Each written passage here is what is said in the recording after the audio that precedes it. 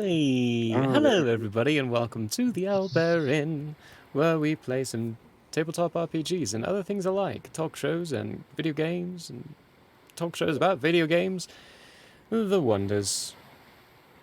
Today though, we're doing Tales of Andrea. So welcome to the inn. Oh, Wrigley says hello too. He's not at you though, he's yelling at a car driving by, probably outside. We actually have a few little announcements to go through today for this week. We've got the wonderful Into the Nightmare and Nightbane for our other tabletops going on. Nightbear's at 6:30 on Tuesday, MDT. Nightbane's on Saturday at 4 MDT. And with the cycle throughs, we're on to Hate, Laugh, Love. Ethan. It's the month of December, folks. going to be. Yeah, it will be. It'll be third. So we're going to do the opposite of what you think and probably do a horror movie or something. I don't know. I haven't really got any plans. So come check us out on Friday. I'm sure there are Christmas horror movies. Yeah. The Nightmare Before Christmas. Wait, documentary. There's plenty of them. What is that? Crankmas or something like that? I don't know what it's called. Krampus. Krampus. That's it. That's the one. And What about Wednesday. Jack Frost? That's at 6 for Hate, Laugh, Love. And then Wednesday is the Playing It's a with dark Mods. comedy. It is. Vaughn and myself, we sit down and we play Valheim for a while. We beat the last boss, and now we're just on base building and taming beasties and breeding them for their flesh. Other news. Today, our wonderful friend Hans Loves D&D is actually going to be doing a stream of his own. It's a giveaway stream, actually, celebrating getting to the 300 follower and 80 subscribers. He's doing a art commission giveaway from his artist Drow Now. So we're going to actually head on over there at the end of today's streams. If you don't know how to get to his inn, the Salty Kraken, you can just follow us. We're going to raid him after this. Aside from that, I don't think we really have anything else for now. So I guess it's intro, and then we'll see what the party does. Yay! Back in a video.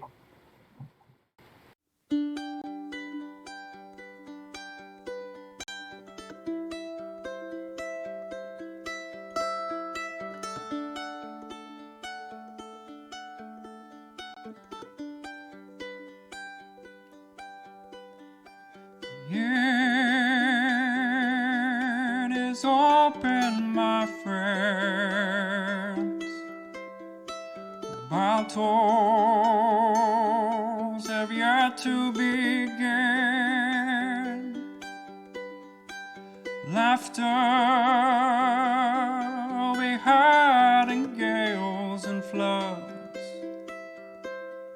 but if not, at least there will be blood. The sorrow and loss may abound. We'll do our best to hold this hallowed ground.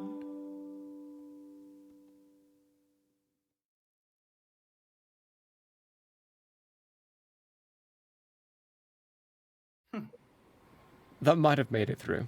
Hello and welcome back. Last we left off, our wonderful intrepid crew. They met with Sabdras and had a bit of a guilty plea and penance to be paid. As such, were contracted to go to an island, the Living Forest, to figure out what's going on there.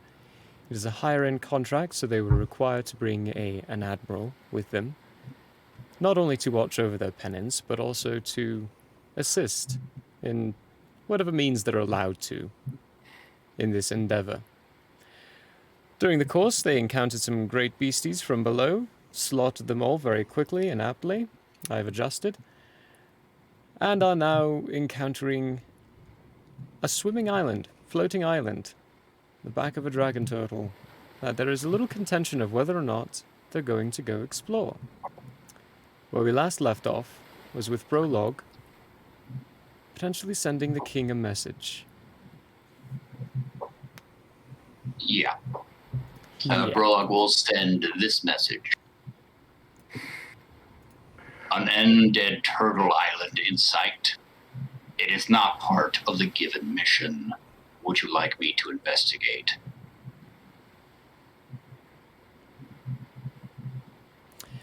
A response, again, not from the king, but from Pog. From understanding given by the Admiral, you probably should. Your best call, we don't know the full situation. Undead doesn't seem natural. I'd like to know.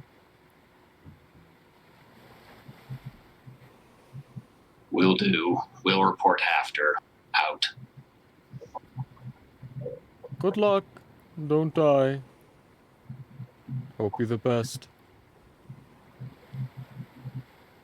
Prologue will then say to the captain, to the island then.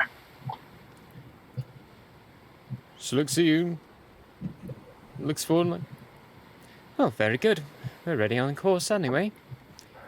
Release the extras. Get the twins. We're gonna need a little boost. It's moving about as fast as we are right now. Next to you, Admiral Bill's. Good call. So,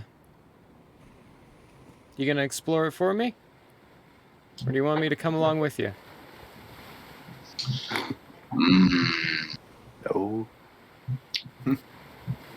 The pros and cons.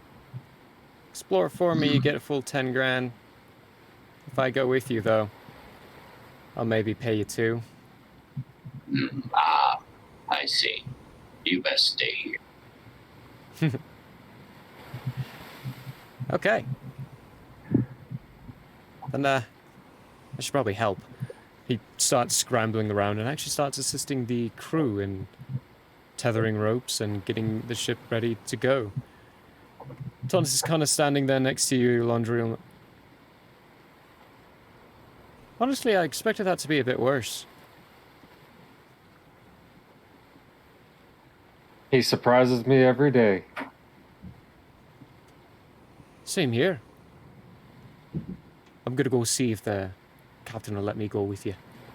He starts running up to the captain. They start talking vigorously. Now, you all can assist the crew in moving towards the ship if you'd like, or you can go about your own different procedures and processes. It's going to be a little bit... The boat can Prologue catch up. will assist. Will assist? Yes. Okay, perfect. The two of you then give me a D20 roll, adding your proficiency bonus.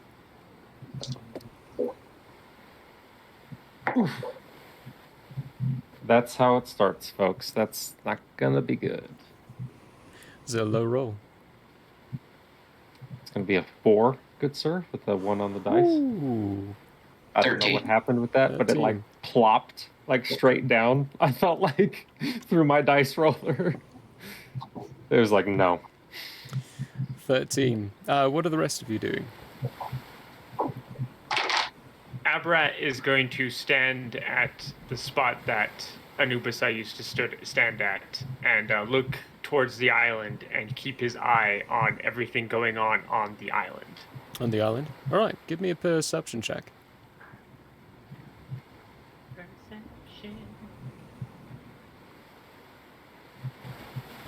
19. 19. I'm still in the crow's nest. Still in the crow's nest? Are you still just passively looking at the island, or are you more focusing I'm on certain studying it. parts? Studying it? Perfect. What's your passive investigation? Firestorm? Yeah, fine storm. 18. 18. Alright, and Jartis, lastly you, what are you doing for the time frame? He is on the deck, right? Of the boat? Or... I think we That's all to were. remember. I think you all were, yeah. Okay. I guess I would also be trying to... No.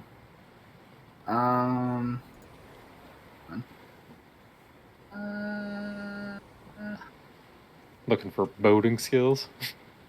I'm trying to see if I have something. No. Is there a way... I'm gonna see if there's any traps around us. Because that can go as far as 120 feet. How far away are we from the island right now? You are currently roughly 300 feet away from the island. 300 feet. Okay, yeah. I think we should definitely try and be checking if there's like something in the water that could potentially... Because there's... What's the commotion like on the island itself? What's your passive perception? Passive perception is 15. 15. From what you can tell, the island, the breeze that's coming from the island itself moving is causing the wheat fields to move and sway through the air. As far as anything else goes, you aren't noticing any movement of any kind. Well, because it says I can detect an alarm spell, a glyph of warding, a mechanical pit trap. What So are I you think referencing? alarm spells are glyphs. The find traps. Find traps, is that a spell or a skill? That is a second level spell. It's a second level. So you would have to cast it. It Detection. is 120 feet radius, Mm-hmm. and you are 300 feet away from the island. Were you to cast it now, you wouldn't get any sense of what's going on the island itself, only the boat you're in. Okay. Doesn't extend to the water or anything. It will extend to the I water. think that's what he's Well, trying I think to that's to see if what there's I'm trying to anything in the do, water. is Okay. to detect Like if there's anything something around the island. before we get to the island. Keep in mind, the island is moving. So it's not going to be the same location. So stationary traps would not Are be you able to go essentially with it. telling me that there's no glyphs of warding that I I'm need to be essentially worried telling about? you, casting it where you are currently would not necessarily be fruitful or useful. I mean, I'll save a spell slot. You would and save a spell slot. observe. If you I'll want to just hang cast it, out. the best time to cast it would be when you're closer to the island so you can actually tell what's on the island itself. Okay. The only wards or things you would find of that kind would not be able to be present in a motion of the ocean. If you were stationary in the ocean, maybe, but you're moving. Okay. Well, and it doesn't seem like there's much I can do, so I'm gonna hang out with Le Crow. With Le Crew, would you like to prepare yourself to cast when you get closer to the island, or? I would like to. I feel like that's advantageous.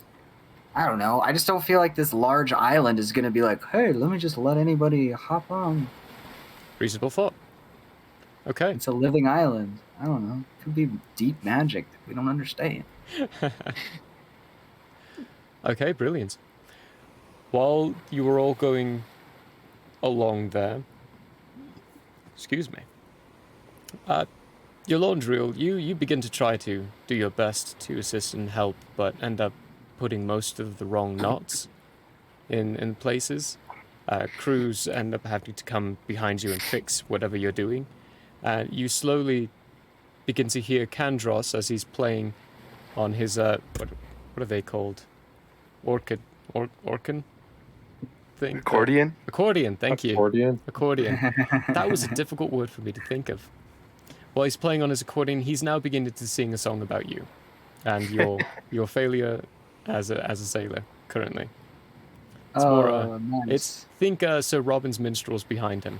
A shame Yeah. shanty. It's a shame, Shanty. Prologue, you're doing quite well. People are loving your assistance.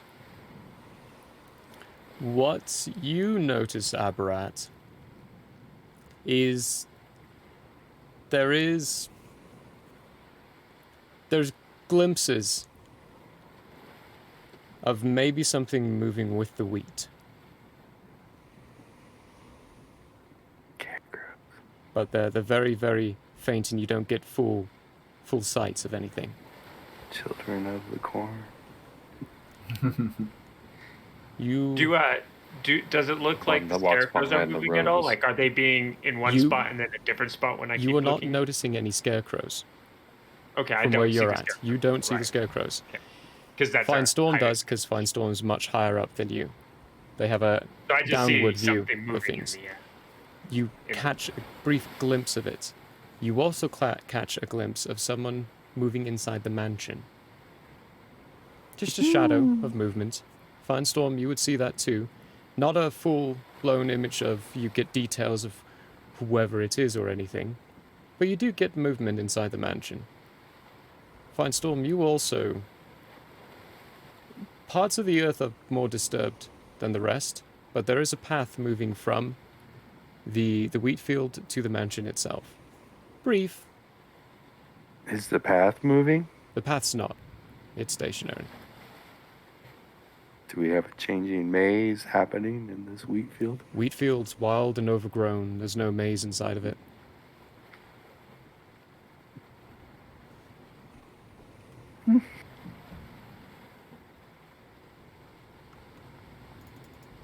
I I want to pick a scarecrow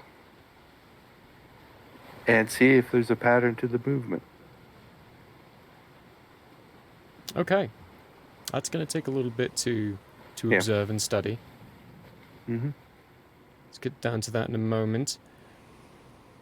Do get up to the point. Jartus, the island is now roughly 120 feet away from you. You're at a bit of a... It's moving kind of at this angle, and you're moving kind of at this angle. You're in for an interception course. From those who have proficiency in sailing, you've noticed... what's her name? Sorry, Zelda. Sabrea, there we go. Captain Sabrea is trying to do a parallel interception course. Like they're going to intercept and then move parallelly with them. Parallelly? That's a word. Well, I feel like if we're 120 feet away, that would at least tell us what's between here and the shore. Okay. So I feel like that's useful. So I'm going to cast its one action. Okay. And what's the duration of it? Instantaneous? Right. So you cast your spell, and you immediately sense that there is a barrier around the island. Ew, I knew it. It is roughly about 50 feet out, so Thick 150 or out? feet out from it. I was like, oh my So Lord. So 60 enclosing from you yourself. With the This is a terms magical of barrier, right? It is a magical barrier. Hmm.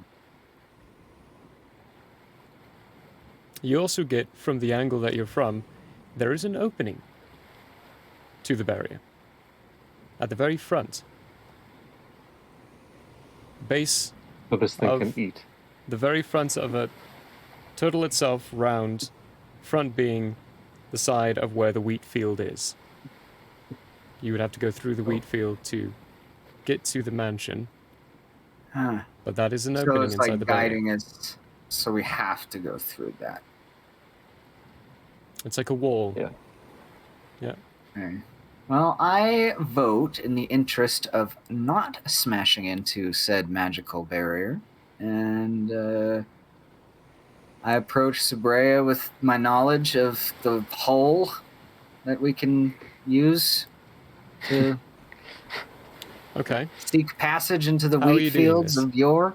How are you doing this? Where is she? She's at the helm. Relation to me. To do this, Where you would am have to I? be at the front of the boat. And she's at the back of the helm. Okay. And with the speed you will move... Give me an intelligence check. Roll a d20 and add your intelligence modifier.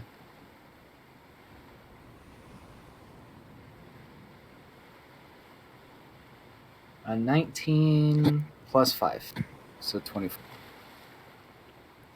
Unless you ran to the back, you would smash into the barrier before you could tell her. Uh-oh. Hold on. You could try to yell. Can I jump? You can. What is my jump speed? You're gonna try and jump You- there? You could try to That's jump not there. how that You could works. also try to turn around and yell at her. Because she's not far enough That's away where true. she wouldn't Okay. hear you. Yeah, I think I'll do that. So, with my newfound knowledge, I turn around and yell, "There's a hole over here in front of the wheat field. We gotta turn over there right now. Starboard side towards the wheat field." As I frantically try to get that to her ears. Well, you didn't say anything about magic barriers, only that there's a hole. So I did an insight check for her. She rolled a Yeah. natural 20. Oh, okay. good. So- Definitely can tell that there's a She was sincere picking worry up what I about was that. putting down. She was Picking picking up what I on was that, putting yeah. down. My Picks up on it, panic it's like- phrases. Right, starboard side, thank you, Jartus. Swings around, gets to the point. You feel a gust of wind pushing as one of the twins casts a spell to push the boat along. It speeds up and then kind of skirts around.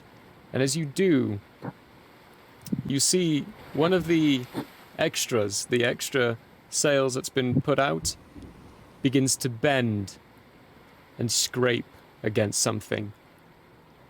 And then as one of the poles breaks, as if it was meeting resistance from something along the side. So, just in time as well. Good call. That would have been bad. Wait, did the mast just fall? The extra sailings. So sometimes on ships, Okay. if you want to catch extra wind, you can put out extra sailings on the side. They did this to catch extra winds. One of them has Okay. broken. I thought the whole mast fell. I was like, No. oh no. We screwed. We're just gonna coast on momentum. Manages to pull around. At this point, Fine Storm, you've been focusing on that one for a while. When the boat gets to that point, it'd been stationary this whole time, just standing there. Point hits that point, well, the boat hits that point, scraping begins. It flinches, and then disappears into the wheat field.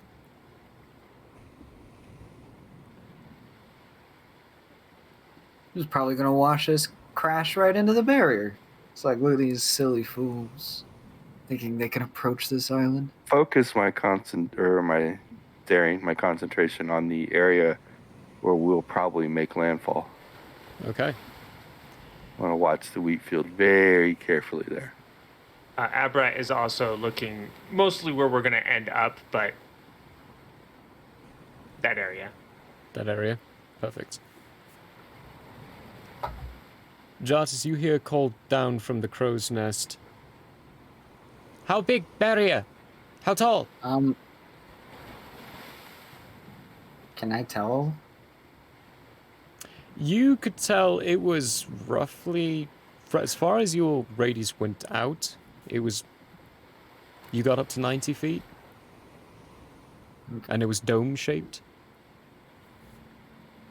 But you could also tell that you didn't quite hit the cap of the dome. Okay. So she's asking how tall it is? This is Sorrel Teak. He is asking how tall it is, yes. Oh. He's in the crow's nest, not at the helm. Because I'm looking at it here and it says I can merely reveal that a trap is present. And I know the general nature of the danger, so would that qualify? Like, would I know how high that is? I've got that as qualified, yes. Okay, so how would I know? What would I say? You sensed up to 90 feet. I gave you the information. Oh. Yeah. So it is up to 90 feet high? How high is the boat? The boat's roughly...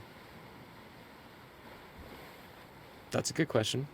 20 to 30 feet? sounds I'm going to pretty give you an close. average range. 20 to 30 feet 20, 30 feet? Okay. from the surface of the water. And you got up to 90 from where you were at. And you knew it wasn't at the cap of the dome yet. Okay. So I would just yell out, we've got about 3 times the room that we need. We've got 90 feet. So we'll have 60 extra feet of room above us. The bird-like creature looks around. Good. Looks at you. Fine Storm. Says, I'll keep an eye from above. And then dives out of the crow's nest and catches wind and flies up. Hits the top. And Hits the top like a bird hitting an invisible berry, and then just splish. Slides down, you hear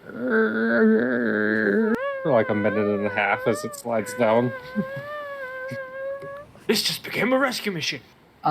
Is that creature that ran away gone now? You did not see it. Okay. Yeah, that was just Only Fine Storm did. Fine Storm. Dang. Add some Only Fine Storm entangle. did. But my goat eyes didn't see nothing. Your gold eyes didn't see anything. It's a few more minutes, but Sabre does get situated very nicely. Isn't it nice not to have a player for Sabre currently doing this? Otherwise, she'd be making so many rolls. Gets situated nicely in the front, slows down a little bit, but then matches the speed of the turtle itself. She calls out, "Right. As long as it doesn't deviate course, we should be fine. But do try to make this quick. I don't know how long we're going to be able to keep this up. And that barrier, if we're in the middle of it, it will cut the boat in half if they deviate, so please quickly." Prologue. Go ahead. Prologue's going to find Bill before getting into. I assume we're getting into a rowboat and getting. No. So this is all moving still. Rowboat would not be able to move at the speeds that these two entities are moving in. Currently, what you see is people with grappling hooks throwing it at objects to the turtle for a rope connection to it. Cool.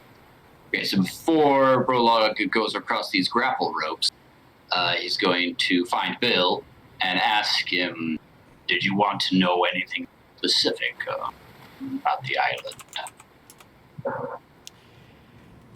Honestly, this island's been moving around the waters for a while. Anything you've got for us, we would love. Shaus has been hunting it for a while. We just haven't had the capability of keeping up with it like this. This is really impressive. Very good. So, anything that's on it, inhabitants, that house was flickering. I want to know why. I want to know who lives in it. Why does it look good when the rest of this is decrepit and gross? Whatever you got for me, Prologue. Very good. Prologue's going to turn wherever Jartus is. Say, "Jartus,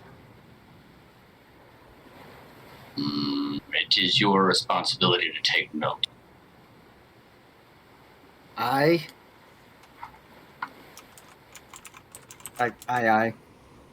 Very good.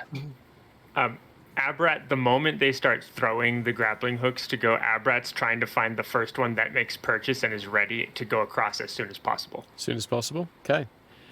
Also, Abra- Jarkus is Yep. literally taking note. Literally taking notes. Bill does lean over to you and goes, "Hey, be sure to take notes of the landscape too. Remember, Jest gave you supplies, and I'm sure he would appreciate, everything you got." Topicological information. I'm picking up what you're putting down, my friend. Yeah. Have fun. Don't die, Jartus. Pretty sure a lot of people on the island would kill me for letting you do that. All right. Prologue's heading over on Perfect. said ropes. Then Find Storm and Aberrat. While the ropes are being situated and fixed, you see at the shoreline, seeing as you've been focusing this whole time, just a face deep inside the wheat field. You both have high enough perception to be able to notice. Gives you a strange, empty smile, and then vanishes into the wheat field. okay, now it's time for Immediate- Find Storm to immediately. die. Immediately across those ropes. Firestorm yells out to the guys below, "We might have a welcoming party." And then Firestorm is going to attempt to do a sail dismount from the crow's nest. Okay, give me an acrobatics check. Like I said, could be the end of Firestorm. It's 60 feet, so it'd only be 66. But you're also a monk. God. You're a monk. Ooh, The 2 on the die. so I'll be a 10. A 10. Rough living. It's Oh no, how It's high a up bit- is he? of a messy dismount. It's not bad. You do catch sides of the sail slide down rather nicely, but you hit the ground harder than expected. It's only 2d6, it's fine. Wasn't that difficult. And it's 8 points of bludgeoning damage, which I'm pretty sure your slow fall negates.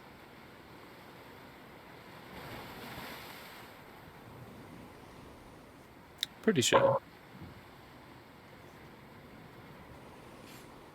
Yeah, reduced by 20. So Yep. Your slow fall negates all the damage.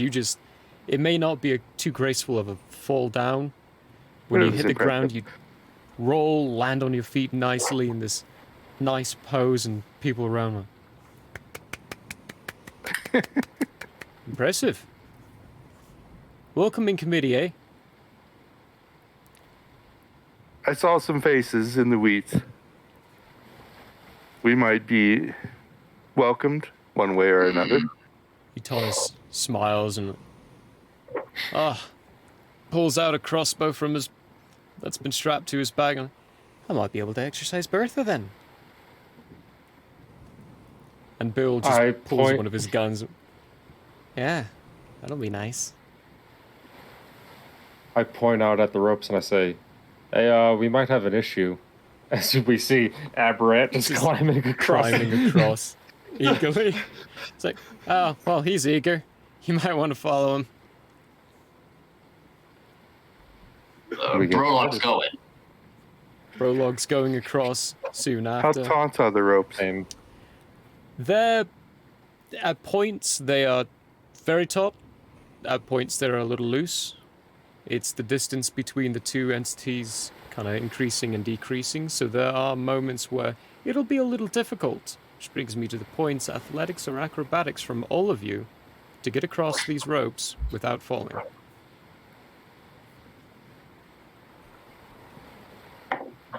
And let me know which one you rolled. Athletics 14. Athletics 14. Okay. Athletics 10. Athletics 10. Oof. Aberrat, what you get? Acrobatics. I rolled a 1. I got a 2. No. Oh boy. I'll catch him. I can catch him too. I rolled a 5. Oh my Plus 2. goodness. Fine Storm, what did you Okay. get? Oh no. Acrobatics 22. 22. Alright. Just do a couple of rolls here myself. Oh, Which one's closer to me? Aberrat is way beyond both of you. So Finestorm and your Londriel, you would not be able to catch Aberrat. You would be able to catch Jartis, who is also taking a tumble. I'm sorry, Aberrat. So thinking what you're doing with That's that, right, I'm right. thinking of all the NPCs on this boat that should be able to help you, and I'm trying to find one that can do that. I have a Well, question. I can fly. Can I? So. I can do something here, actually, as a bonus Um, action. Jartis, I will friendly reminder you. Check your magical items. I will friendly remind you. So are we got my at Google. risk? Are we at risk of falling into the ocean? Is that? You are at Oh, yeah. risk of falling into the ocean in front of a giant floating island that is moving forward. Yep. In other words, you're at Might risk of being I- trampled in Fast. the water. In the water. Might I It'll be speak painful. with? How close are we? You are tumbling. Let me be clear. You are falling through the air. Okay. Now is not the time to cast a spell like Speak with Animals. Or Yeah, plants, it's not gonna work. maybe. No, it's not gonna work. I have something I can do for Aberrat. Potentially on plant stuff, but I would stress look at your magical items more. Because you can fly. Wait, yes, I can.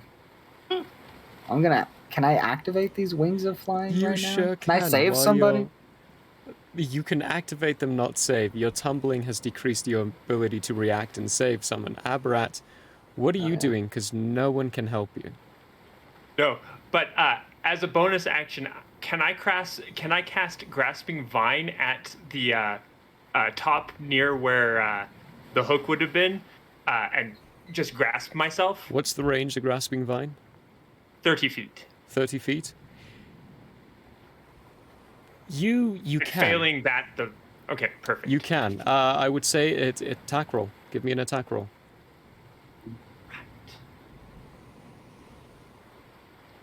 A spell attack roll. Spell attack roll. Okay.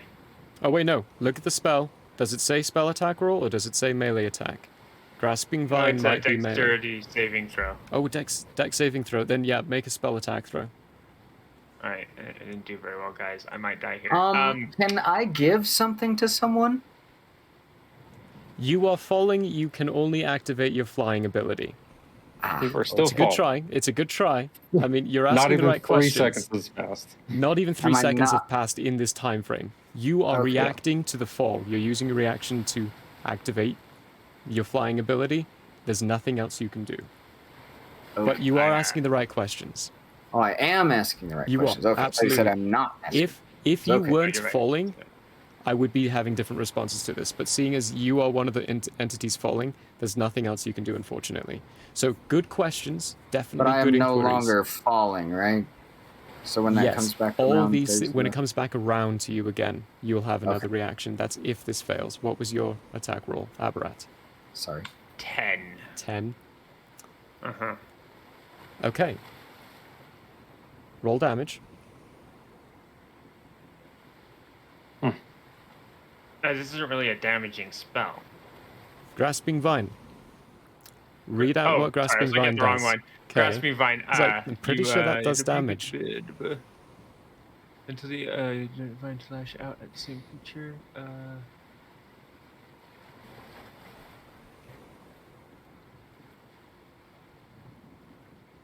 No, it's just a grappling thing. It's just so you conjure a vine that sprouts from the ground in an unoccupied space of your choice that you can see within range. When you cast this spell, you can direct the vine to lash out at a creature within 30 feet of it that you can see. That creature must succeed on a dexterity saving throw or be pulled 20 feet directly towards the Okay. vine. Then never mind. That's not an attack roll. You're not. It's not coming from you. It's coming from the ground coming from from- the turtle. Yes. So it's grasping It's at a you. dexterity save, right? It's grasping Yes. at you. And- So I need a dex saving throw from you.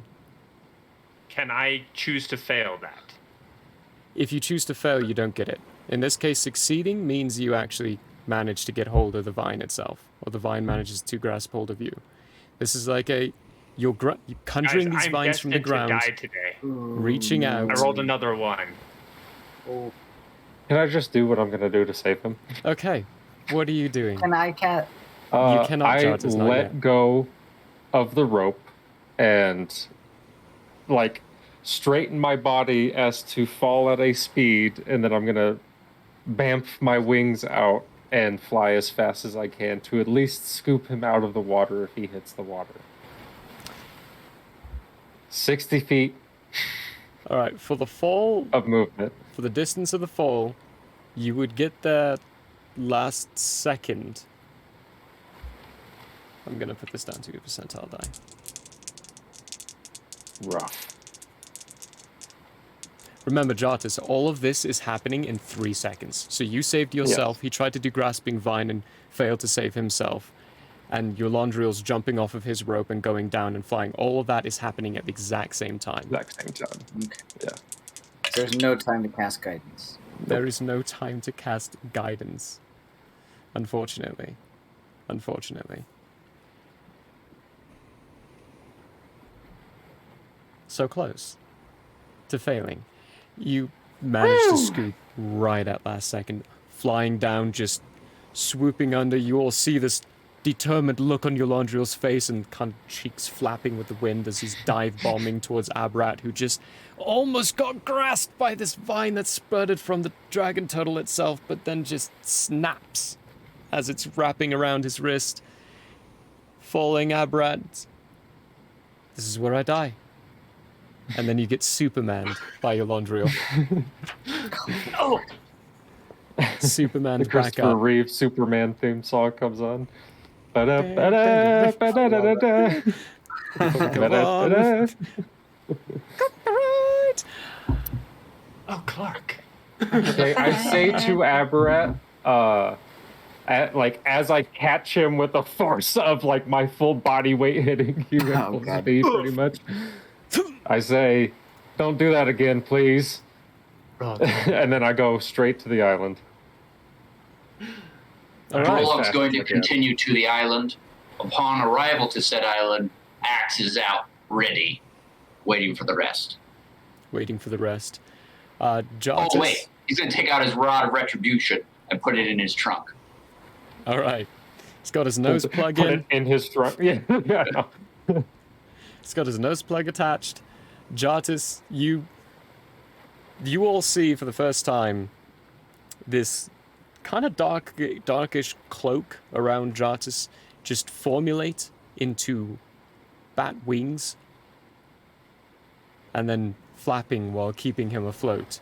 It's a satyr held aloft by giant bat wings. Nice. Pretty flappy. So I have 60 feet. Does that give me enough Yeah, that's enough distance to movement. get to the island? And Fine Okay. Storm, I think you're muted. You done been muted, sir. Oh yeah, I'm muted. I'm saying comments, but they're not necessary. I was saying we got Superman, we got Batman, we got Hulk.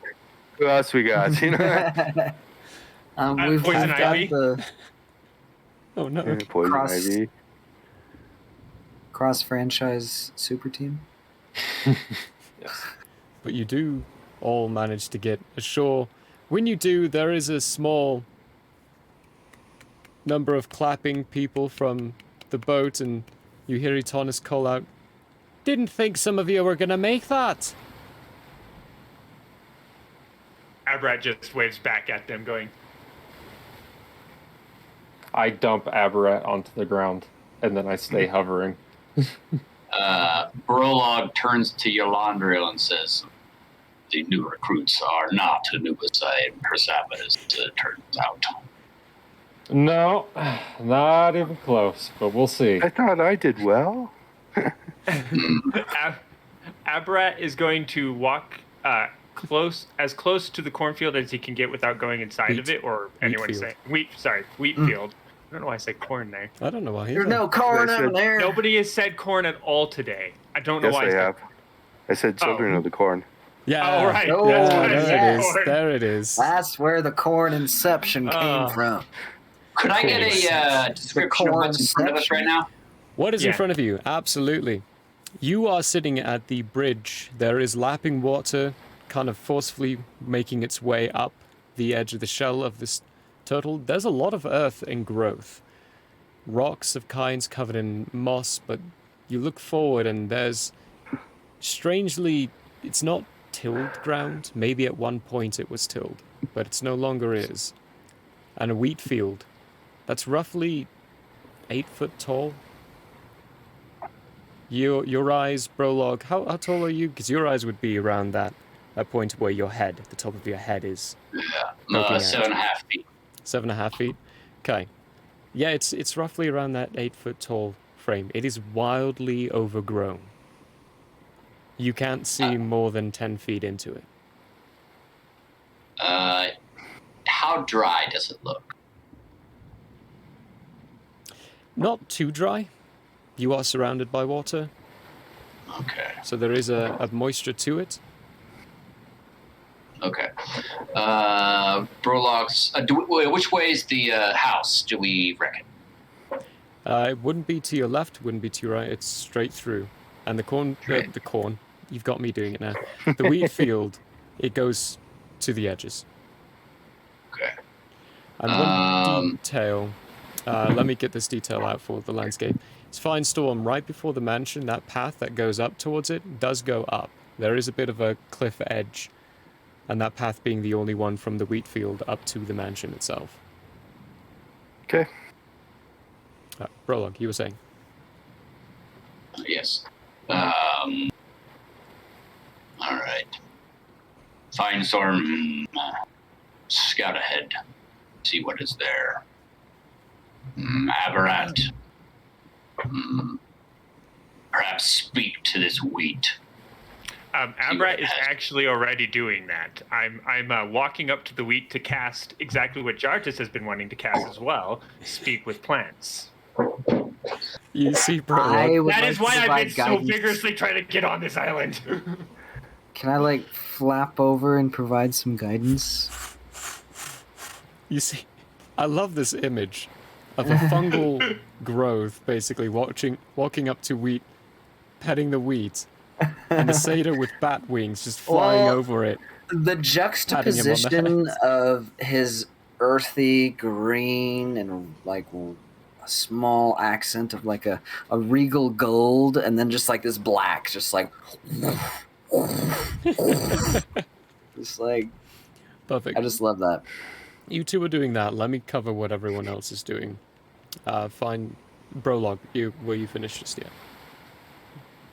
Yeah. Prologue's going to be standing by Aberrat, waiting for spots. Okay. And your Londriel? Since my wings are still out, they last a minute, if I remember correctly. I'm going to fly up over the top of the wheat to see above. To see above? Okay. Give me a perception check. 12. 12. It is very thick wheat. Flowing and Okay. moving. Do you look at the house at all? I will, if I can see it better.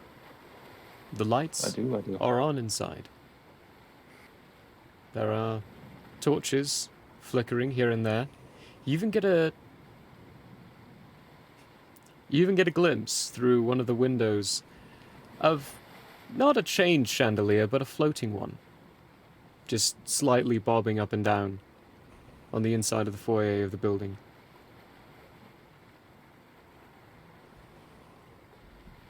I call down, this place is really creepy.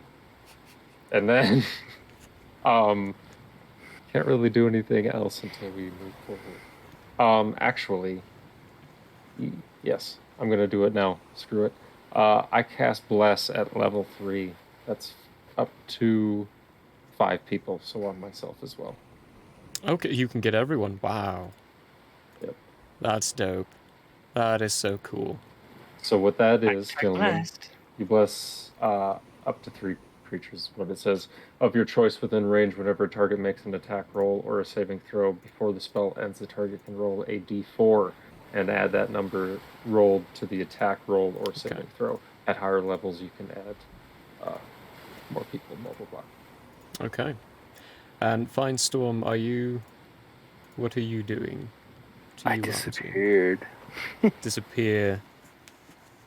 How I so? hit the wheat and disappear.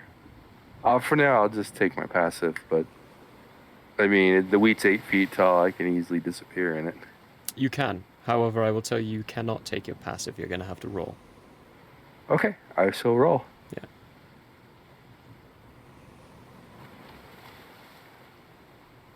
Whew. 28? Yep. That's better. You disappear.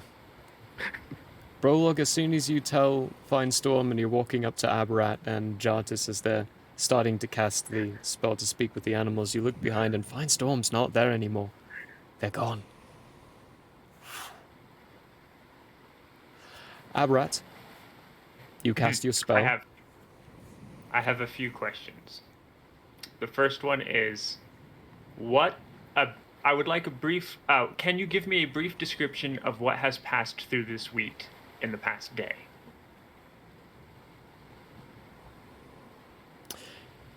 You cast the spell, and for a moment there's no response, and then you hear back. We're just our protectors. They're only here to keep us safe.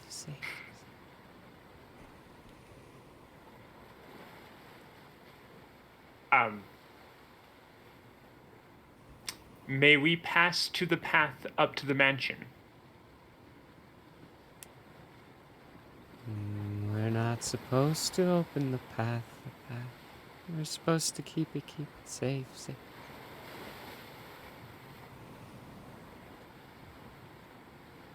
By whom's orders? The masters.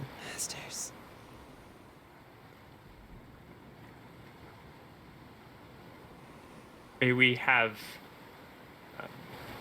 the pleasure of meeting the masters? If you make it through, there's the chance. So to pass through you is to test our determination. If you'd like.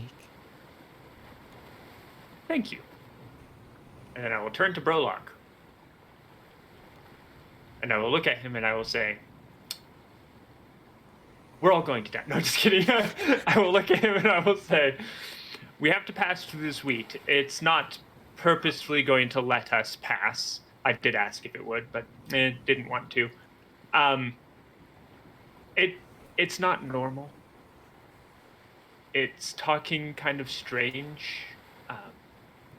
And I'm pretty sure there's something in the wheat, because I asked what has passed through the wheat in the last day, and it just said just its protectors.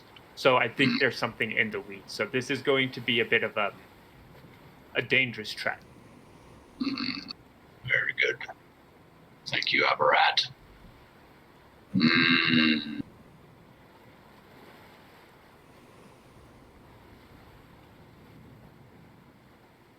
Mm. Mm. Through the wheat, then. Stay close. Weapons out. And then Prologue's going to start walking through the wheat in the direction of the house, best he can. Direction of the house. All right. Is everyone else accompany? I hover just over the wheat field, keeping track of them and the surrounding, like around them until Radiant Soul ends. All right. Jartus, are you going to remain flying? Remember, you only have 60 minutes of flying with the cape. Yeah. You've used about 5 minutes now.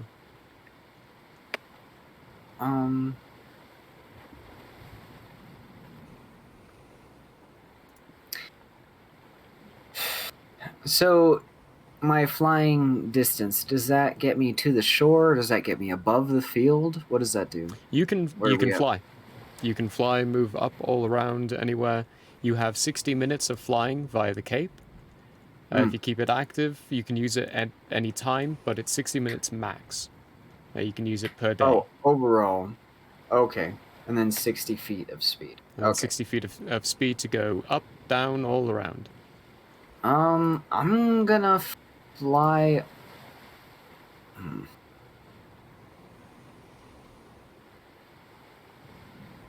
So when I have locate animals, am I able to locate insects with that?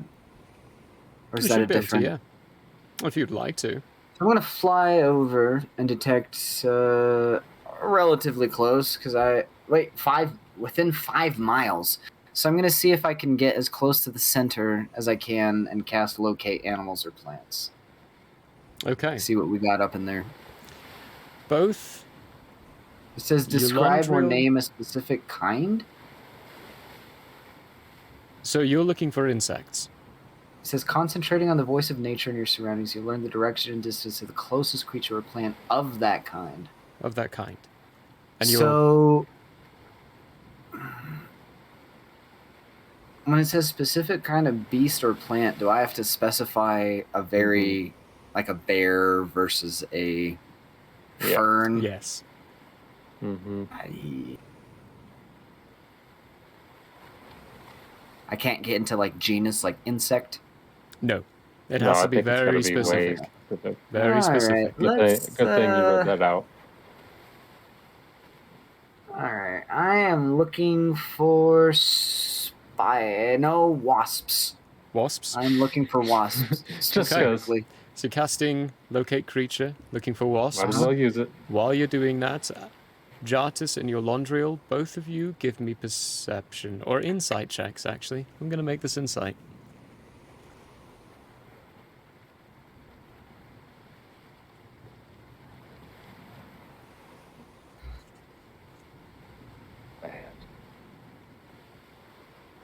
I got a dirty 20 on Dirty insight. 20. Okay. 14 on the dice. And Jartus, what'd you get for your insight? Can I just do my passive? You can if you'd like. It's an 18. Oh, goodness. Okay, yep. Both of you realize while you're flying, you feel like you're flying forward, but you're not. Oh, God. And you also notice that Prologue and Aberrat. Firestorm's out of your sight. You've no idea where Firestorm disappeared to. But Prologue and Aberrat are traversing through the wheat field just fine. Wait, so we're away from the shore right now? I get down to the level of the wheat field, and I fly through it and catch up. Okay, so entering into the wheat field, Jartis, you see them enter into the wheat field. You are about 10 feet away from the shoreline that you first got onto, entering into the wheat field. While flying above it, doesn't seem like you're making any progress. Well, let me see what my movement speed is already. As far as I'm gonna keep the wings on and just fly through. Fly through? Okay. Similar to, yeah. Staying low off speed the ground. or low altitude enough to get into the maze. Okay. All along. And as far as did that spell insects, go through at all? It did go through. There are no wasps on this island. Gosh, dang it! Wanted them. None at all. Okay. Gosh, dang it! As you're traversing through Firestorm, and what proximity are you trying to keep to the party, to everyone else? Can I tell their location by their movement through the wheat? It is difficult to. The sound of the wind through the wheat's causing a lot of obscursion. You know there are other things moving inside of it. You can only see within 10 feet of the wheat field itself. You might be able to have insight enough to be able to do that, sure. But it's going to be difficult to keep track of them. Since viewing distance is 10 feet, I would like to say 12 feet ahead of the party. 12 feet ahead? Okay. Yeah. Scouting out. Seeing if I can find any friends. Brillianto. All of you give me wisdom saving throws. Oh no. You can hear the lapping of the waters on the edges of the turtle. Is this the sort Prologue would have advantage on? This is the sort that Prologue would have advantage on. Is it charmed magic for sleep? If it's the sort Prologue would have advantage, not for sleep. This is not sleep. Okay. 18 plus 3. So 21. Prologue, what'd you get? 10. 10. The mighty 10. Wow. Firestorm? 23. 23. Your Landriel? 22. 22. Mm. And Aberrat? 25. 25. Great. We almost had 21, 24. So Anyone get any natural 20s at all? No? Nothing like that? Good. 19. Right. 18. 19, 18. Really low. Even with advantage, that's unfortunate. Good rolls. Good rolls. Great. I need that followed up by survival checks. Prologue, you're at disadvantage. I have advantage on survival checks. So you're just giving a straight survival roll. Okay. Yeah. 6.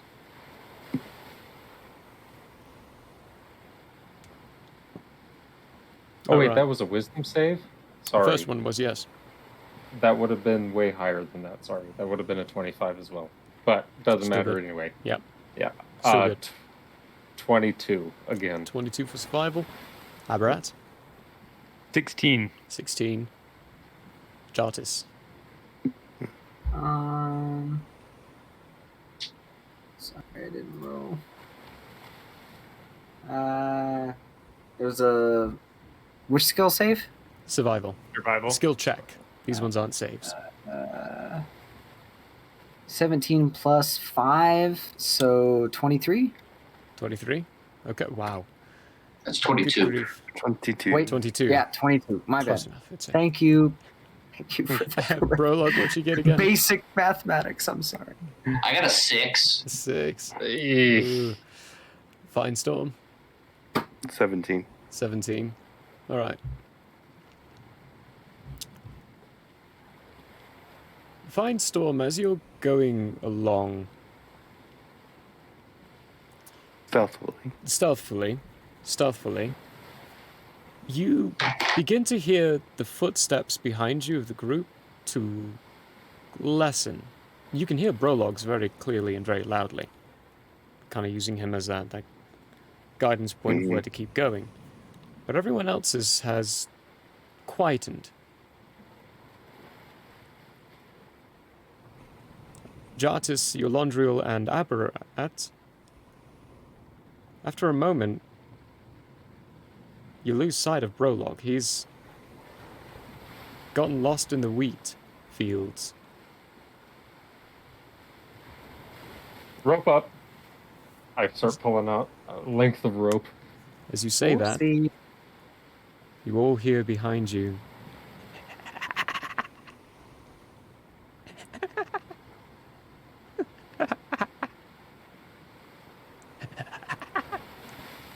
Starting to come from different spots, different places. Fine Storm, you begin to hear it too. I don't like that at all.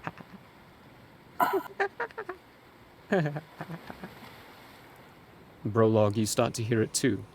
And when you start looking around, you no longer see Jartis, Aberrat, and Yolondriel behind you.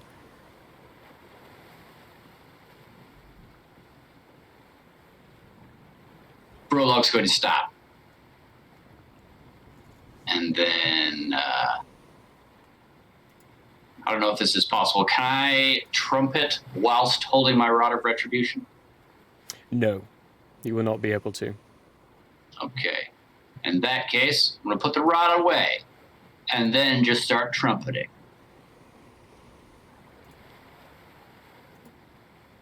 Oh, righty-tighty. Prologue's trumpeting. Give me a performance check. Okay. And how long does Bless last, Yolondriel? Oh, I completely. It lasts a minute. I A minute? just assumed that was long gone. At this point, it will be, yes. And what was that performance check, Prologue? 5. 5. You begin to raise your trunk for a loud toot and shout. And as you start to get that built up, you hear this and this scarecrow just starts running at you through the wheat fields. I would like everyone to give me initiative. Initiative.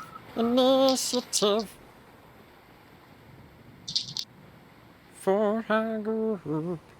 As 18. I keep it, actually, if you can, please remember your roles while I get things set up on my end. Because I have a lot to do to get things set up for battles. He's lying, folks. His job is super easy. I'll let him deceive you. There you go.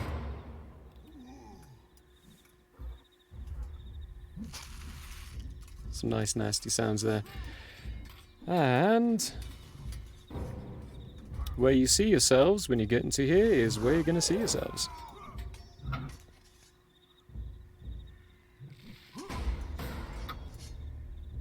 Yep.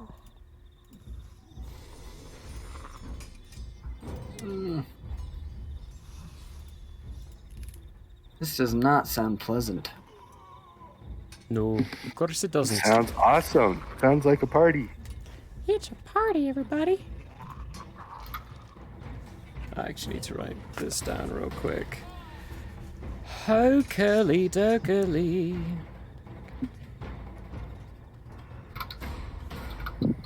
Sirenscape, everybody. It's a wonderful sound system you can share with all your friends, and they can hear everything at the same time. It's great, isn't it? Right. Yolondriel, what was that initiative tracker for you?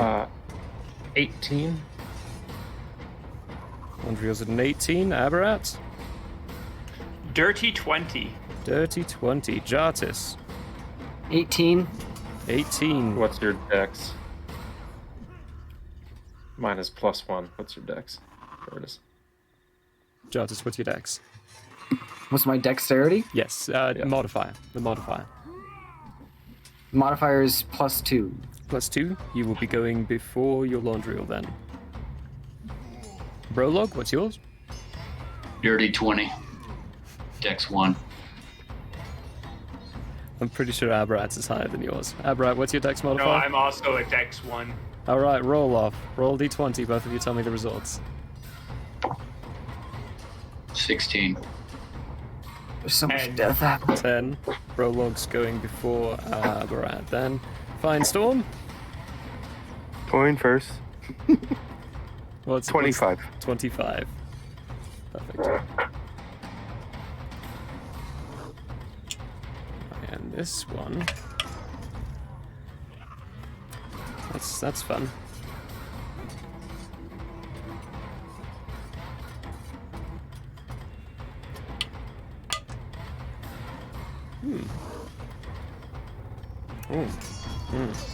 Okay.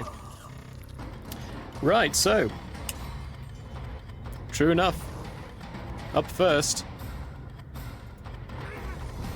So you find Storm. I don't have any targets. You don't. You can do a perception check to see if there are any nearby you. Okay. I was hoping that maybe I could get prologues. He is out of your sight. That one is.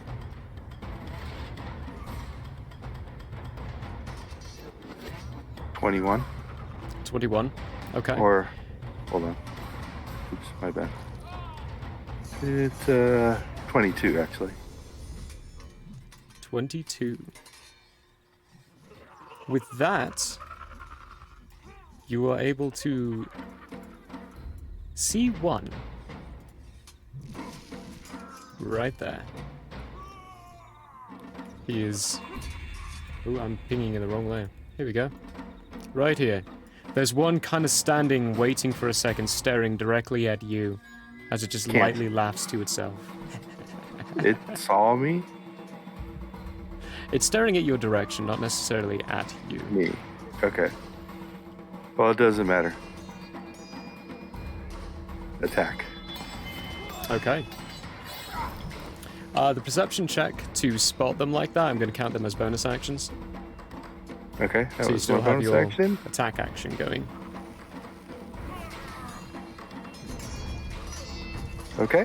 So give me a sweet attack roll. I give you an attack roll. Please hit. Oh, let me show everyone else what's going on there too. That'd be nice, wouldn't it? There you go. 13. 13. That hits. Oh boy. Okay, there's a lot here. First is the claw damage.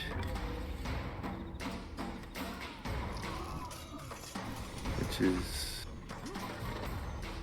3 plus 6, 9. 9 damage for the claws. And there's the sneak attack damage, Cool. which is 2d6. Yeah.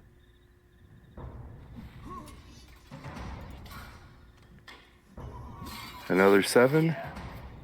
And then there's the assassinate damage. Because he has not taken an action yet. He has not. I thought that just gives you advantage though. Oh, hold it. Does it? Oh, he's not taking an action, which means your attacks are automatically critical, which Oh, yeah. makes those rolls so 16 doubled to 32. 32.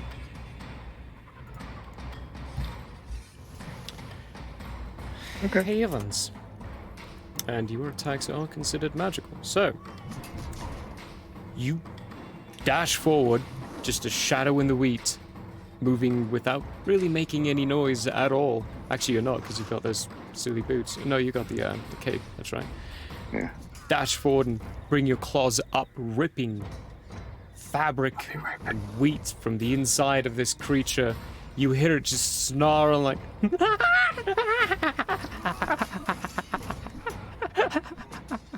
As it continues laughing, even though it is very dismembered and looks like it's barely holding together.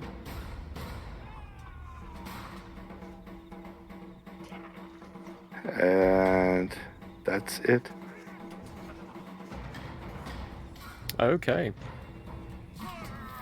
That is fine. Storm on the attack, tearing at that one. Prologue, it's you. Your enemy is standing right in front of you, right there. Oh, perfect. He's Well, within 5 feet of you, and you can see him very plainly. If they're right next to you, you can see them automatically. we're gonna rage. Perfect. And then, I'm gonna disembowel this scarecrow With your with a, eyes. with a reckless attack. Okay, rolling with advantage. That's a natural 20 for some number. This is gonna hurt. This is really gonna hurt. If only I had had my bonus action left, I would have finished him. Yeah. So it's my max plus an additional roll. Is that true? It is not. So. That's right. That's. Yeah. Yeah. Okay. Shoot. That's problematic. Yeah. Go for it. Oh, okay. Yeah, we didn't do mine right, but that's okay. Yours is gone. Yeah, with that being the case, actually, I was just calculating in my head. You severed and destroyed yours, fine storm. Okay, cool. So It is that's demolished. 24 total. No, 25 total.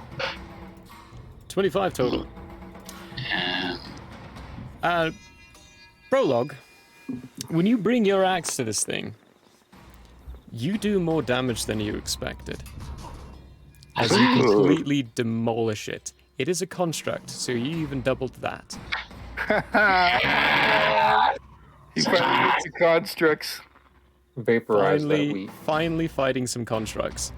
It just crumbles to the ground and gets pummeled into the earth itself. Laughing stops. Those big empty facets for eyes just still there, and that smile still across its cloth face. nice. Unmoving. So he's dead. Can I use my, instead of movement, can I make a perception check to find either my people or more of these baddies? You have used your action for an attack and your bonus action to rage. You cannot use a movement for a perception check. It has to be your bonus action or your action. Cool. All done then. Okay. Leading us to Abarat. Alright, You don't I would see like any, to but you cast... hear them. Yeah, I'd like to cast Fairy Fire right here. Oops, sorry. Right here. It's a 20-foot cube. Okay. Each object in a 20-foot cube within range is outlined with a green moldy-like light. Any creature in the area when the spell is cast is also outlined in this light. If they fail a dexterity saving throw, so I think they would have to make a dexterity saving throw. That actually includes all of you, remember? So you Yes. all have to do that. Yes. Objects affected and affected creatures shed dim light in 10-foot radius. Any attack rolls on affected creatures or objects have advantage, and they cannot hide. All right. It Ooh, should that be a is cube, too- by the way. Yes, I will change that in a second. That is far too Okay, bright of a perfect. color. Yeah, that is the Holy snap. color. Should be a moldy green. Or that. Very that works fine. too. Yeah. All right, so Yolandriel, Jartis, Abarat, dexterity saving throws. 3. 3. I'm pretty sure that's a fail. That is Yeah, fair. I stand there and my head turns to Aberrat after he casts that spell, and I'm just like, Why did you move me? It won't show me half of the tokens, Oh. and I can't scroll over to see them. So I had to move you to activate it. All right, That so makes sense. you are glowing, Yolondriel, and you cannot hide. I also failed. That's a yikes. Jartis, dexterity saving Am throw? I based off of my initiative throw that I did, or a new throw? No, this is a new throw. This is all brand new stuff. So any throw that if I ask you to throw me something, to roll something, it's a brand new throw. Okay. So you said dexterity? Dexterity saving Yeah. throw, yes. It's a 10. You also failed. We have all failed. We are What's all the DC? glowing. Oh no. 15. 15? Okay. You all failed. You were all aglow. And I do believe all creatures have advantage against with attack throws Yeah. against you yeah. under this. However, you do also see another light start emitting. As one of these creatures that's smiling, looking at the tasty flying morsel of a satyr, also begins to glow. All right. For that was an action. Never mind. I got it. If I cast another spell, it has to be a bonus action and a cantrip. And I don't have any bonus action cantrips, so I'm not going to do that. I am instead going to, smile at my work. I'm done. Lovely. It's a good job. Everyone's aglow. It's almost like people are just naturally glowing. Jartis, you're up. So this thing's about to try to eat me? It Is looks that pretty correct? Not aggressive. yet. You are I only feel like I should catching- activate Primal Savagery. Jartis, to be clear, you're actually more than 10 feet away from it. The only two people who can only person who can see this clearly is Aberrat. You can see the light emitting from it. On Okay. occasions, you see the smile and the happiness and the glary and hungry look towards you. Are we on? Is it on the ground or is it in the air? It's on the ground. It's on the ground. I feel like I am going to cast Entangle and try to entangle this thing to prevent it from eating me. That'd be nice. Okay. What's Entangle do? Grasping weeds and vines sprout from the ground in a 20-foot square, starting from a point within range, which is 90 feet. For the duration, these plants turn the ground in the air into difficult terrain, and the creature in the area, when you cast the spell, must succeed on a strength saving throw or be restrained by the entangling plants until the spell ends. Which is... So that's a 20 foot. as 1 well. minute. A creature restrained by the plants can use its action to make a strength check against your spell save DC. On a success, it frees itself. When the All right. spell ends, the conjured plants wilt away. So it lasts for a minute. I will ask, is this an area that you can see?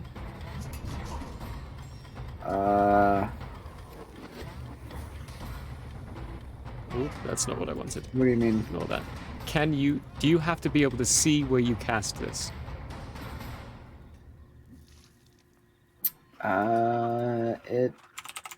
So it has range 90 feet, area is 20 feet. Okay, area is 20 feet, but it's a matter of Doesn't say. grasping vines from the ground, starting at the point, from a point within range. There we go. Yes, Yeah. so where would you like to cast this? Essentially, if you How, look at the you map, said how far away am I? you are Oh, yeah. 15 feet, you're only catching glimpses of it. This duplicate I've made of you is a 20-foot cube that is going to be the affected territory of entanglement. Okay. If you cast it Um, here, you won't hit any of your allies. Essentially, It'll- do you want to entangle any of your allies as well? Or where would you like to put this? Oh, yeah, that's true. Because then they would have to succeed on a strength throw. Yeah. I'm gonna. So it is where the tangle is, or it is where the. It's right here. It's right here. This is the big bad guy. This is your mean little friend. This thing is just the token symboling your entanglement spell. So I have 60 feet, right? With the wings. 60 feet of movement, yes. So I'm gonna move as far away as possible. Probably. How do I ping? What button do I press to? Yeah, you just hold your mouse. Click and hold your mouse button. You're also in the wrong. I'm gonna try and go right here, thing right? to ping. I am. Well, Oh, that was someone else. Before you even move, This is me you're right here. tied to us. So remember that. Okay.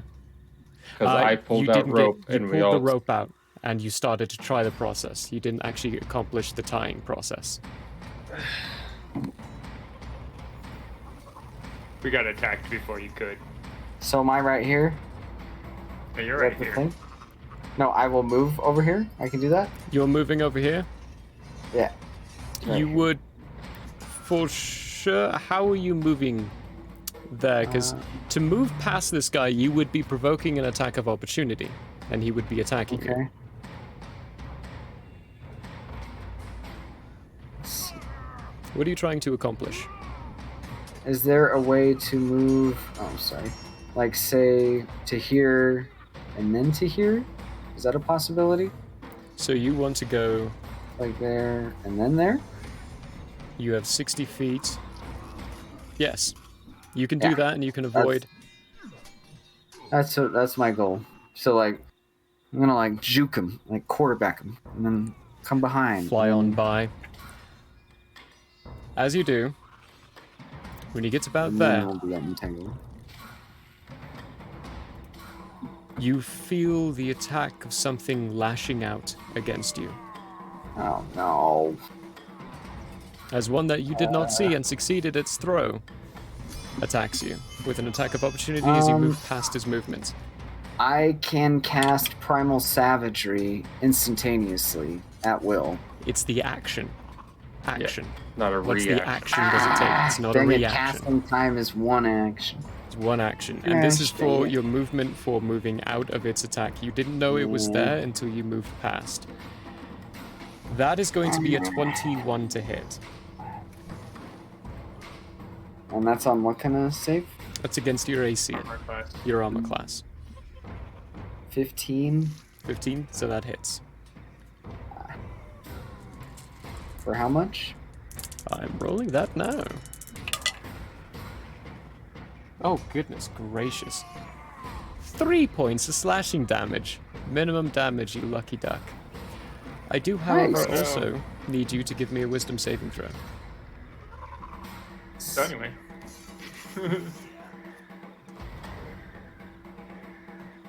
Wisdom 13 plus 5. That's 18. Your 18. your you're wisdom fine. saving throw is 8, not 5. Yeah, so you got to look in the box below your numbers. It's That's to where the it left. says saving throws. To the Yeah. left. Ah, yeah. That's 8. the true numbers for Oh, your that's your So saving that would throw be box. 21. Yes, the Yeah. other pluses above are just for your checks. Those are just The yeah. difference. What's the Also, difference you between can't a just saving throw and a check?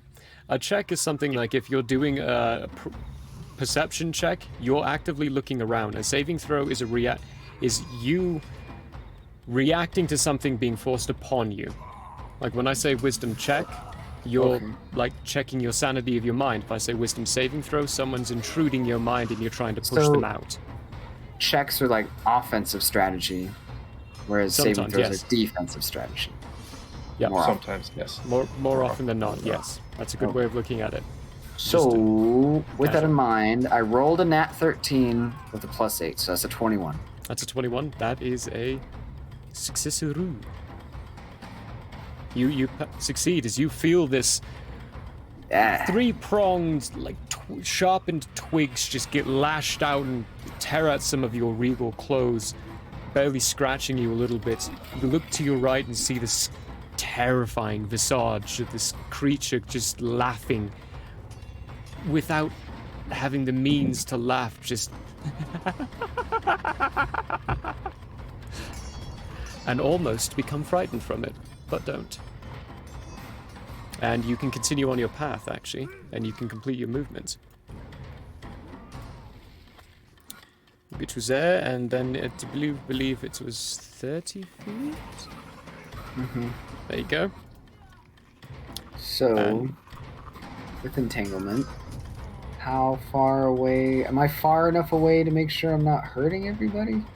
So I'm right You didn't here. have So, to move to do that. You didn't have to move to do that. Entanglement, you can cast it within 90 feet of where you are. It affects 20-foot radius, or 20-foot square, but you can cast it up to 90 feet away from you. Okay, so I can cast it far enough away that it only is affecting. You can that guy. choose where it's being cast, yes. Oh, And keep in mind, as you are off the ground, you will not be affected by entanglement, because you are currently flying. Wait, what? You will not be Currently flying. affected by entanglement, because you are not touching the ground. So, real quick, how do I do a distance check from, say, like, here, like where everyone is here, to, say, like, here? Or here? You use the distance tool? Where's the distance tool? It's the circle with the little slot in the upper right-hand corner. And when you hover over it, it says snap to center. And also, do you see this this secondary token of you? And there you go. Right here, Jartus? Yeah. You have control of that. That is going to be the radius and the measurement of entanglement. You can move that around and play with it and put it in places Are the with edges of this map are a visible area, or can I move further? the edges of the map. The edges of further? the map are me saying, please don't go farther than that, because I didn't create that much of a map. You can. You would just be off map. I just don't want to get everybody all But you can schnagled. move that thing. Let's You can see. move this. And just Jartus, put it to where you need it. Jartus, you can move this. This tanglement token of you, you can move it. It is under your control. So... And that green And then this radius is of the it, bad guy. that green radius is the affected area. So move it, play with it, fiddle with it, put it in a place. I'm going to give you probably another minute or so to figure this out. Okay. Yeah, I see what you mean. Sorry, I'm colorblind. I did not see that there was an area around. Yeah, Well, that's I what should colors. have What better said color? something. Let's choose a different color. What's a better Can I color? choose blue?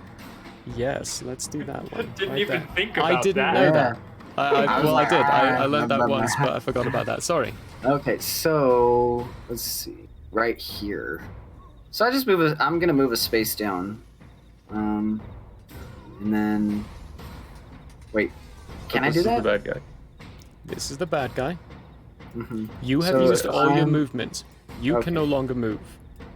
So where I'm at, it's not gonna affect anybody. So I'm Yep. just gonna go ahead and cast Entangle. Or So Entangle. You're entangling it right here. Mm-hmm. Okay, we're going to leave that token there. Okay. So we know where it's at. Is entanglement a concentration?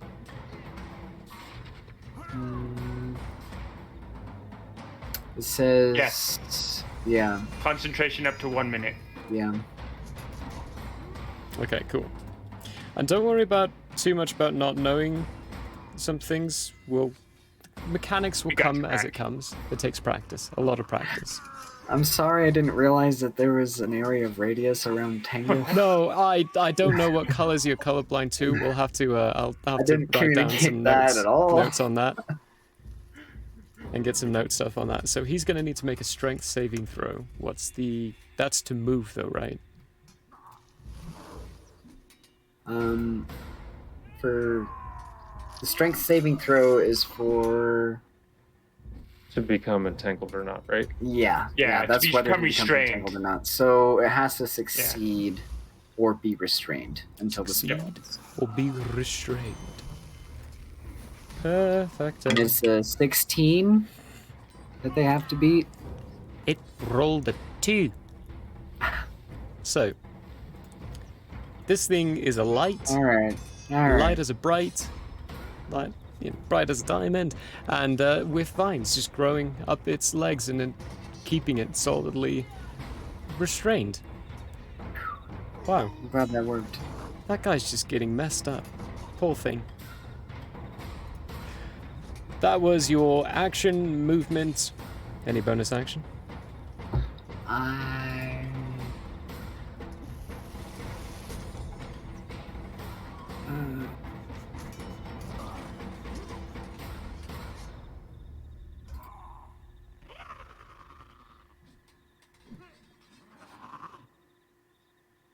I'm gonna take that as a no. I'm gonna take that as Yeah, I'm gonna take that as a no, and we're gonna move on to Yolandrio. we'll take that as a no.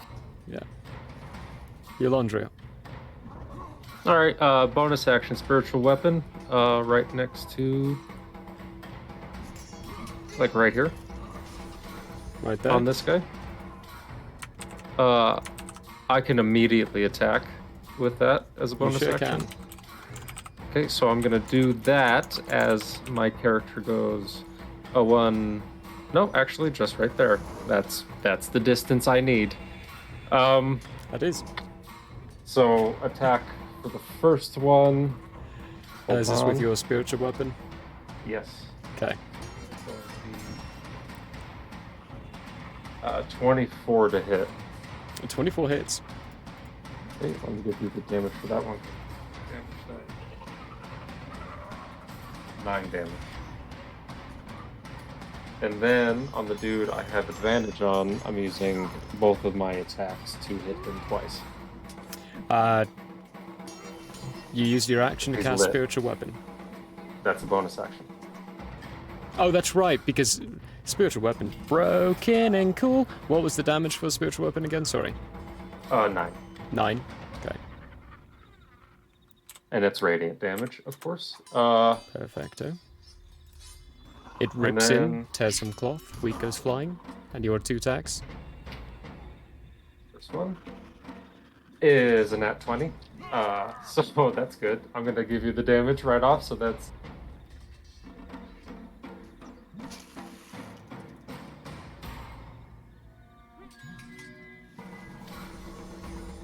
18 damage on the first one. I didn't even have to roll the second time for that attack. Do it again. Let's get another one. Give me another one. What was that attack roll? You said 18 for That was a- damage, but what was the hit? That was 20. 20 to hit. That was That's- not. Did you not hear me? No, I didn't. Sorry. Sorry. Yeah, that first one was a nat 20. That's what I said. Beautiful. To hit. Yep. 18 right out the Second gates. one. Whew.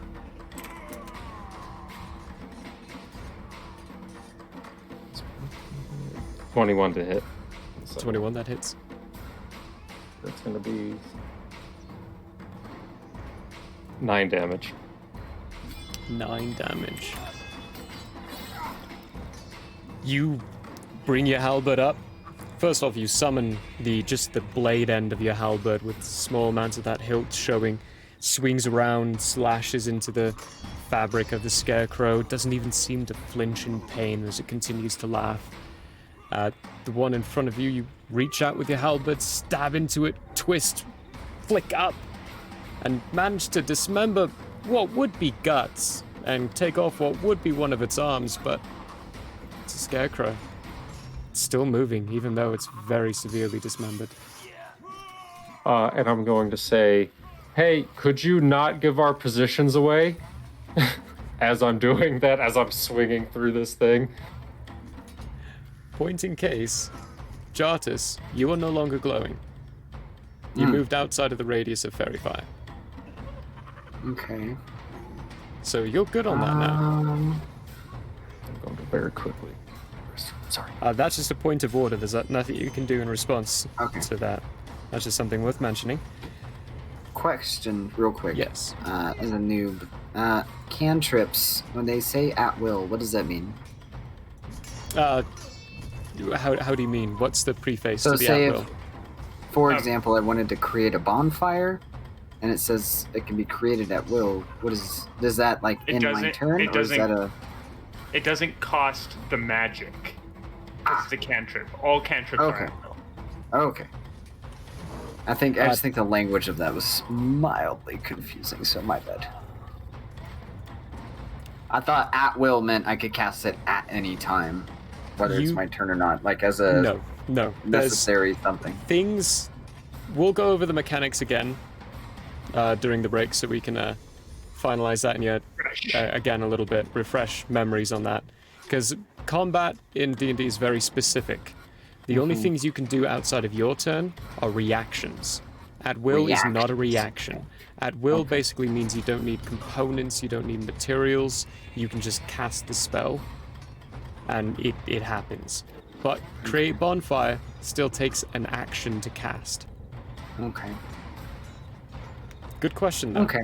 Sorry. Yeah, No, there's a lot of we'll little talk about it on details to cover and a lot of little details to do. So I've been throwing some lighter things at you also, you can kind of learn and get used to it. You also picked a druid, which is not particularly an easy class to start with. Well, and this is the first time I'm not a Scoots character, so... Oh, yeah. Yeah. Oh, God. Thank you for that. I'm sorry. I used to be a bad guy. The Scoots characters I kill instantly and then tell the player, right, bye! With that, though, it is their turn. There is movement in the wheat. You can hear it, nice and dandy, nice and well enough. And then you see it, Firestorm. As one appears there, and one appears here. And then for you, Prologue, one appears in front of you as well.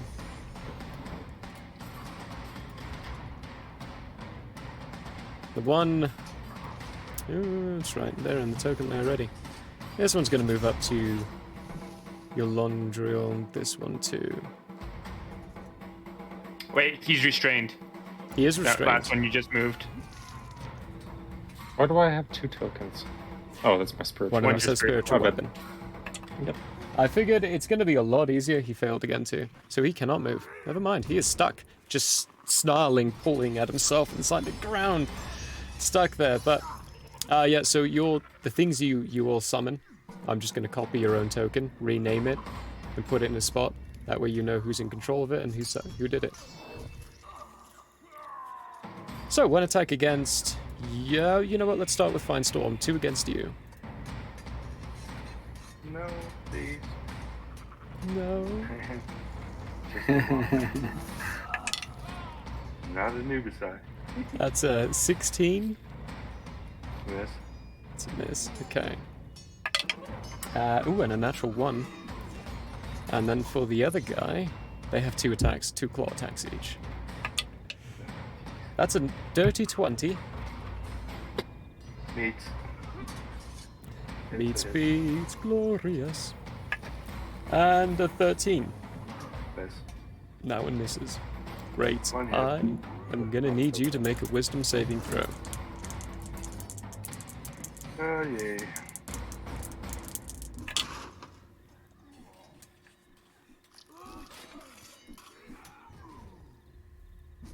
$17. 17. This creature runs forward, brings it up, slashes across one of your pecs, gets a little deeper than they did on Jartis, and causes not a healthy flow of blood flow coming down. For a second, you almost feel this insatiable fear of these creatures that just charged up to you, but then your mind just stills and you manage to compose yourself. You destroyed one already. How could they be terrifying? You take 9 points of slashing damage as one of them manages to meet and hit. Prologue.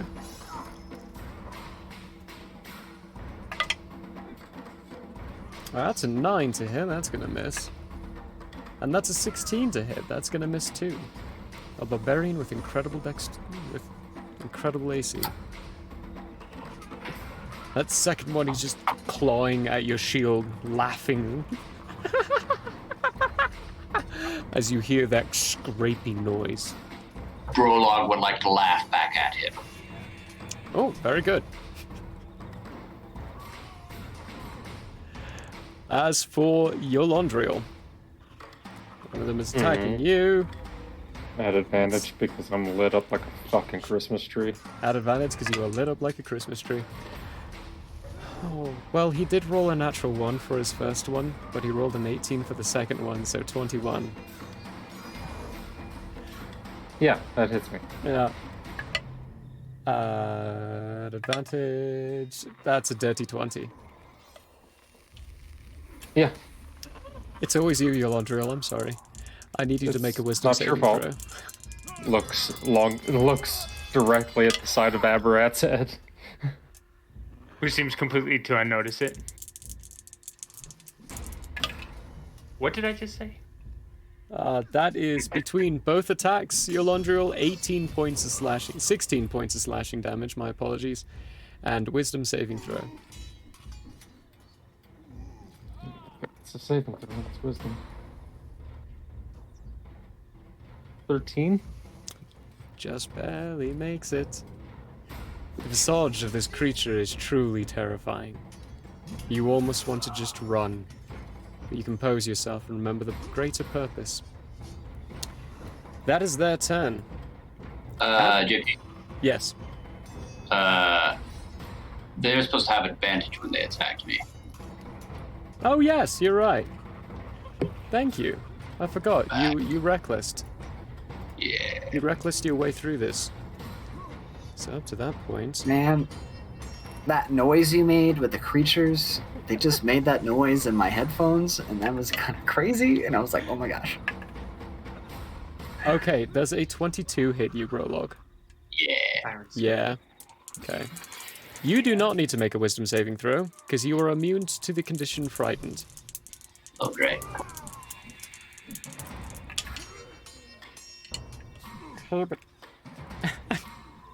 And you take minimum damage of 3 halved to 1 point of slashing damage. Halt.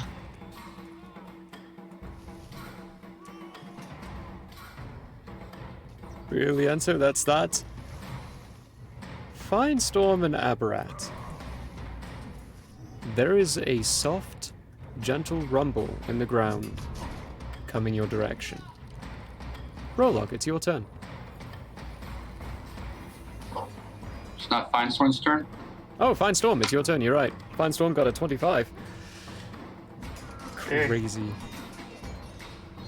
Yeah. I'll keep going. You are very quiet. Yeah. I am. Hey, how about that? That There we works go. better. I am going to attack the one in front of me. One in front of you, okay. Yep. Give me a sweet attack roll.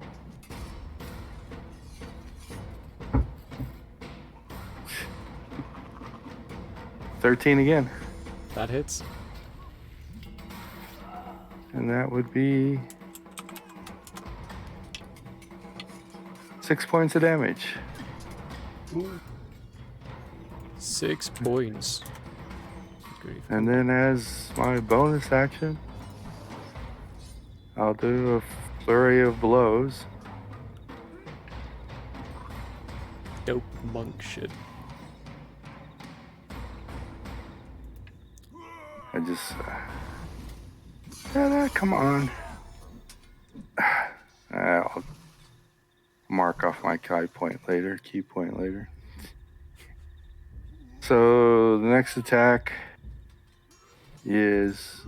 Oh, much better. 25. That hits. That definitely hits, yeah. So that will be for 9 points. And the next attack will be for... Did you look at that? It rolled to a 3. Be 12. Is the 12 still hit? 12 hits. Huh. You know, they are scarecrows. Yeah, they don't have very good AC. And, oh yeah, that'll be for another 10 points. Ooh. Tattered and torn, it's missing much of its clothes. You've managed to catch part of its mouth area as you rip through, and it still smiles with this broken smile on his side. Still up, He's but lucky. looking... I couldn't figure out how to get advantage on him. But anyway, I could have, but it wouldn't have done me any benefit. Okay, that's it. Perfect. That's Firestorm, Prologue. It is you with Aberrat on deck. Where's my key? You have one lovely beastie in front of you. Prologue is going to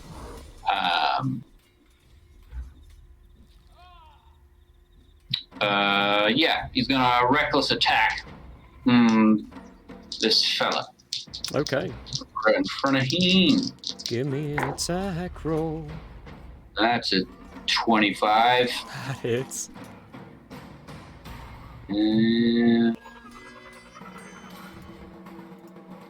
So that is 12 plus whatever this does.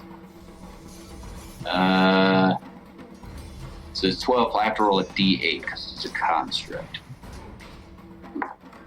Plus 6, so 18. 18 points of damage. That's with your constructy destruction stuffness. Yeah. Perfecto. You bring your axe down and take one of its arms off. It's still up. Okay. Alright, take it at its waist again. Very nice. Recklessly. 15. 15 hits. Alright, and then we're gonna... Good.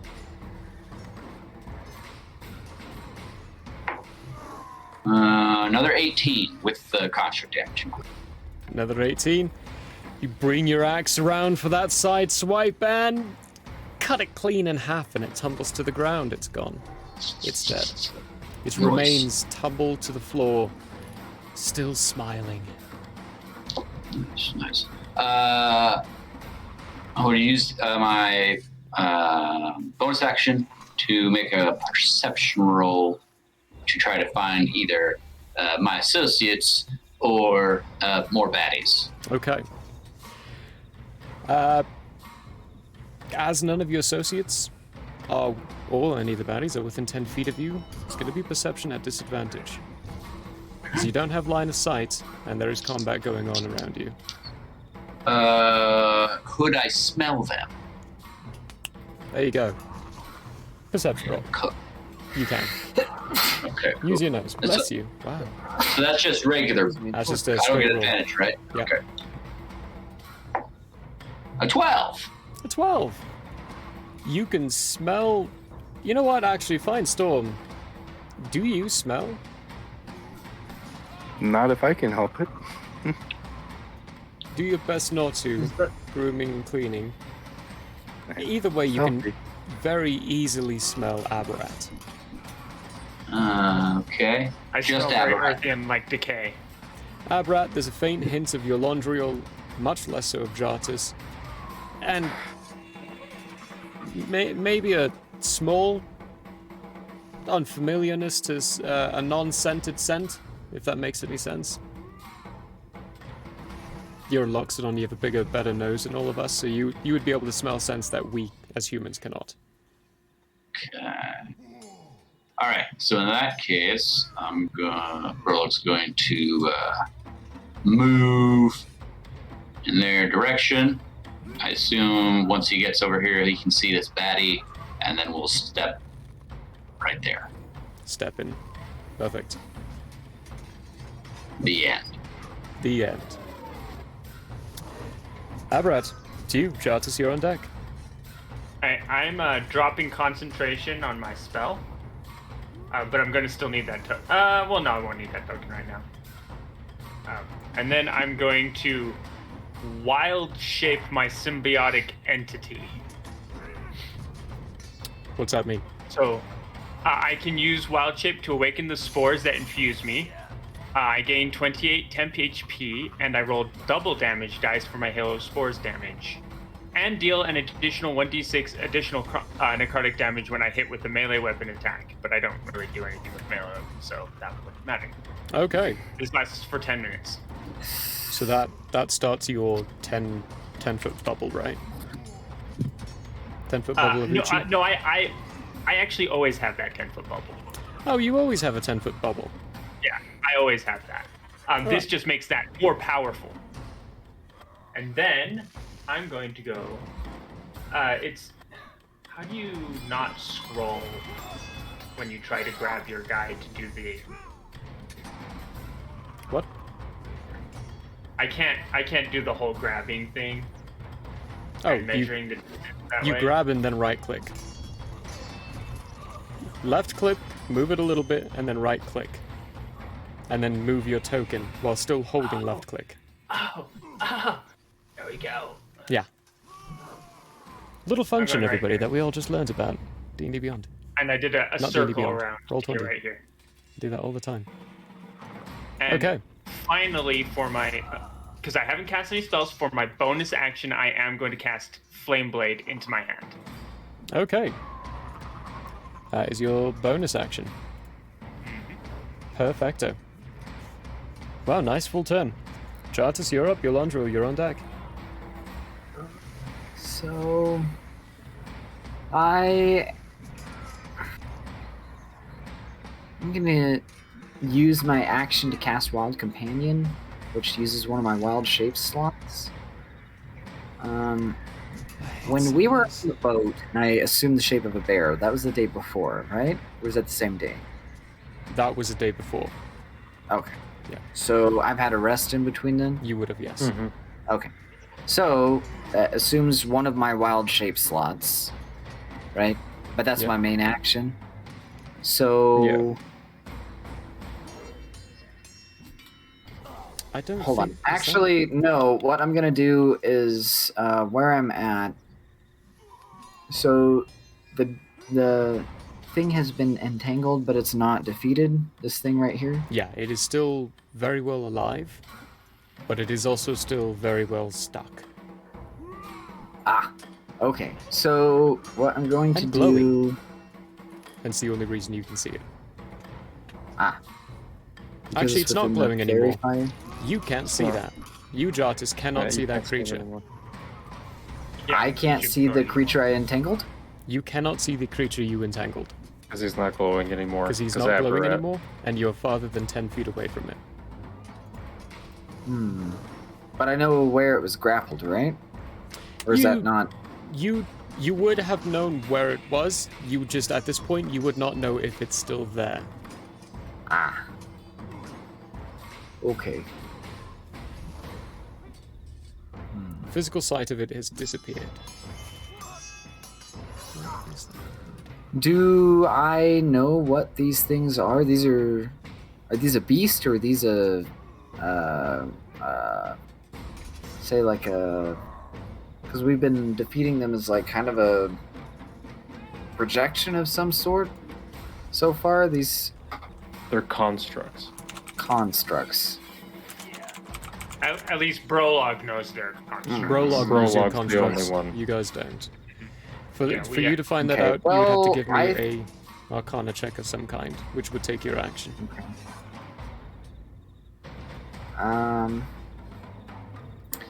So if I'm gonna cast Wild Shape, I can assume the shape of a beast that I've seen before.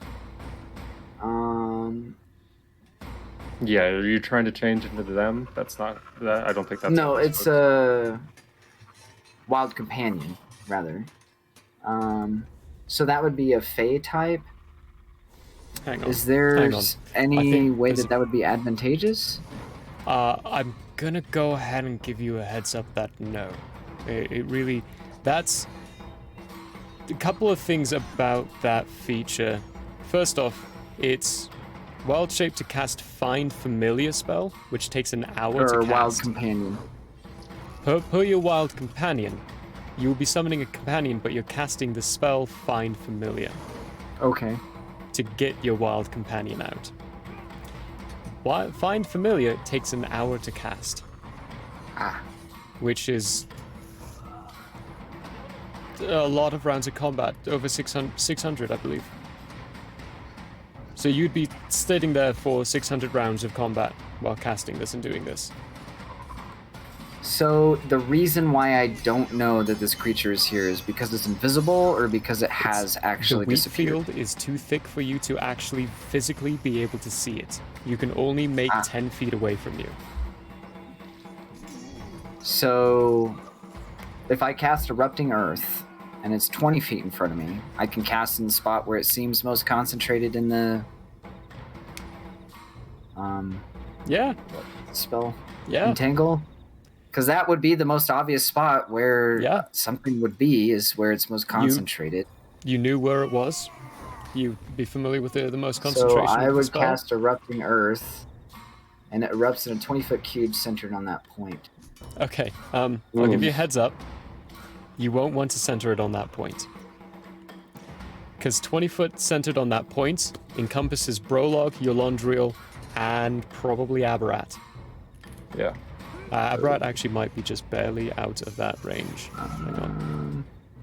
Center, yeah, so you would be hitting Yolondriel and Prologue with that. But it's also up to you on whether or not you know. Also, if you cast it on yourself at the ground, you are flying.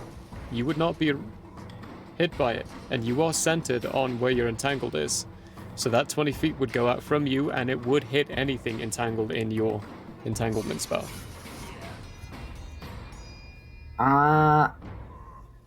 Let's see. So entanglement is a main action, or erupt. So can I move and then cast Erupting Earth? You can. Or okay, I'm gonna move here. So here, 5 feet. Let me grab Jartis. I have to step away real fast. I'm gonna move him here, so that way my area of radius is a little bit further to the right, but not quite so far up that it's hitting your Landrio. Right? That is... That would work. That would work. Because that at least gives me an extra space. Actually, I'm going to move 10 feet to the right. So that way I'm hitting this spot like over here and below. Okay, yeah. Actually, no, we'll go here. Because you guys are... I can... Actually, let's just move right here. So that way, you guys are well above... Because that's the 20 feet, right? Yeah, that's the 20 feet. Okay, so that's where I'm going to be. I'm going to cast Erupting Earth, and that's going to affect the 20 feet area around me. Perfecto. He needs to make a dex save. Let's see at if he does. disadvantage because he's restrained, right? It would be at disadvantage. This is not a concentration spell, so he's still keeping up the entanglement while doing Erupting Earth, which does muck up the ground a bit. It takes 3d12 on a failed or half as much on a successful. So he's dealing damage no matter what. Yeah. That's a lot of damage. 12. He failed. Yeah. And I 3d12, do 3d12. 23 damage. 23 damage. The earth begins to crumble, crack, and shake around it. It's losing its balance a bit, and then it gets...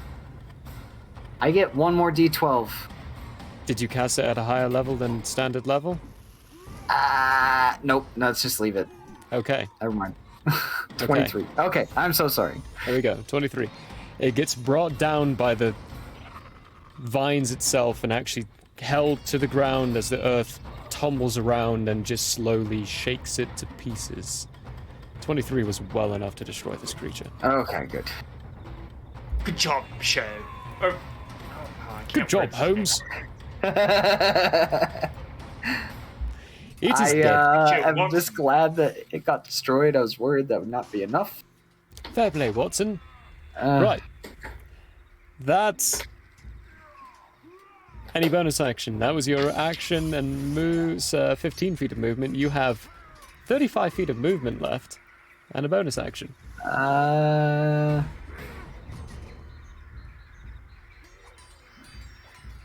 Let's see.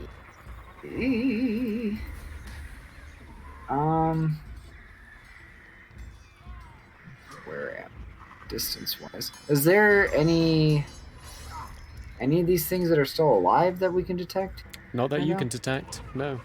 Okay. You can still very easily hear combat happening within the fields.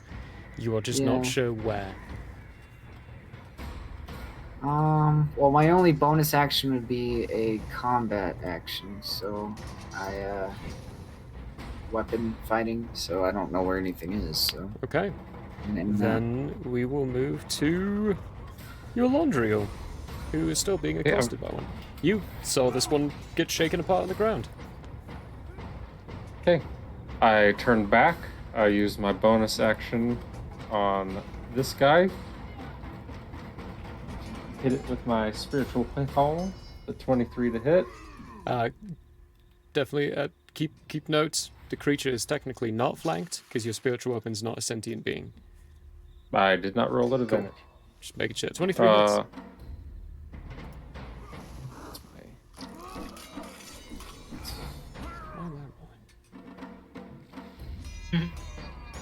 Oh, it's 3. 7 damage with the spiritual weapon. Is that enough to kill it? If not, I'm gonna do something. Still up. Slashes into its back. Still moving. I'm gonna make this look right by turning my character icon towards it, and I'm just gonna lift up my halberd and put, because it's got a pointed part at the end, and I'm gonna put it right up against its chin and cast Guiding Bolt right into its face.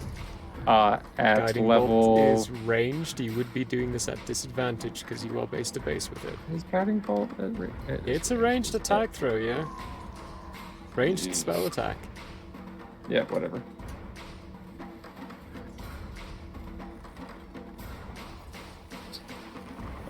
What is that to hit? 19 to hit. Yeah, that hits. Okay, that's 4d6. Let me grab my d6, folks.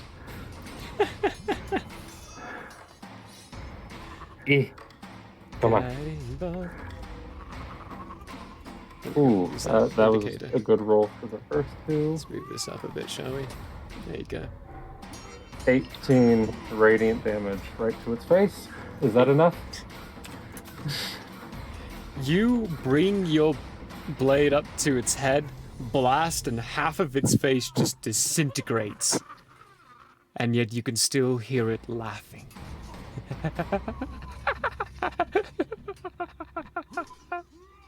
It's still up. Well then, yeah, that's my turn. Okay. It's their turn. These two are going to continue attacking you, Finestorm. Yay. That's a 20 to hit. Which one is attacking? Are you rolling for? This one. Okay, 20 to hit. Hits. Okay. Second attack is only a 14. I'm going to repose that one. Ooh. So go ahead and roll your damage. The first damage here is 8 slashing, and I need you to make a wisdom saving throw. I'm not scared. I've seen these before. 10. 10. That's a fail. You are frightened of these things. I will tell you, it's not going to change anything. Frightened means you just can't move closer to it. Okay. But they're in base combat with you, so... Okay, that's cool. Little to no difference. 8 damage. 8 damage, and then the riposte. The riposte. That's a 17 to hit. That hits. And... Don't forget to add the d6 and the damage too. Yeah, I was going to say, I'm just going to roll 2d6. Just gotta find it. 11 plus 4. 15. 15. This thing lashes out, cuts into you, misses with a second, and you see the opportunity to just jab your hand into its gut and twist and break the twig, keeping it together. You killed it with that. Yay. Not even in your turn, and you're killing things. This one's attacking. That's the way to go. Prologue. It's approved by Prologue. It's a 15 on the first and a 15 on the second. I think he misses both times. He missed both times? Yeah. And then your Laundriel, the one that's still barely alive, is going to attack you. That is a 15. I think that beats. Let me double check. Yes, that does meet. Does meet? Okay. And a 13, which does not hit, so wisdom saving throw. 23. 23, you succeed. Still terrifying sight, especially now that half of its head is gone, as you take 6 points of slashing damage.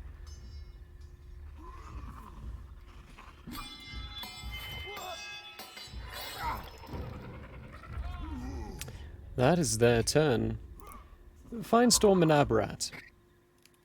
That rumbling is getting closer. Finestorm, it's your turn. Attack the one that's left up. First attack. Natural 20. So 29. Beautifully done. That definitely hits. And the damage on it is going to be 6. Ah. It's going to be a 10 plus. Unfortunately, actually, it is you. Seeing as you are frightened. Oh, the thing that frightened you is dead. It's dead. You're good. Yep. You're good. Cool. Okay. So 14 plus 8, 22. 22. 22 on my first attack. Then I'm going to do Fury of Blows for my bonus action and attack 2 more times. It couldn't make up its mind. That's still 13. It still hits. It still hits. So that will be another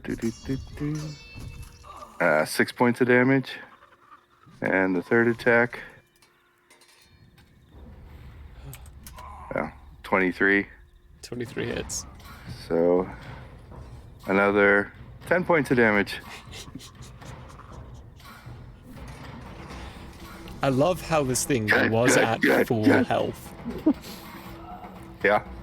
Finestorm. Paint us a picture. I like jabbing my hands into it now that I know where that support twig is, what would be its backbone. I love going for that and snapping it and bringing it out and beating it on the head as it goes down with it. See you come in with this attack, slash down at its legs, swipe through its legs, it sinks down, hits the ground heavily, swipe again at the torso area, cut away at that portion, it hits the ground again and just flourish around and slap its head clean off. Boom. It's gone. It is dead. Okay. Do I, without making a perception roll, know where anybody else is at because of combat noise? You can... there is no more combat noise. Everything is fallen quiet. The only thing you can hear is the slight rumble. Rumble. Okay. I am actually glowing, by the way, because I have my fire blade out. Oh yeah, you also see a very fiery blade. Yeah, you should be able to see me within 20 feet of me. Everyone should be able to see me. So I shall use my movement then to go up to Aberrat. Go, huh? Oh, okay. That's you. Yes. And that's the end of my turn. Okay. Another key point gone. End of your turn. Everyone give me perception checks.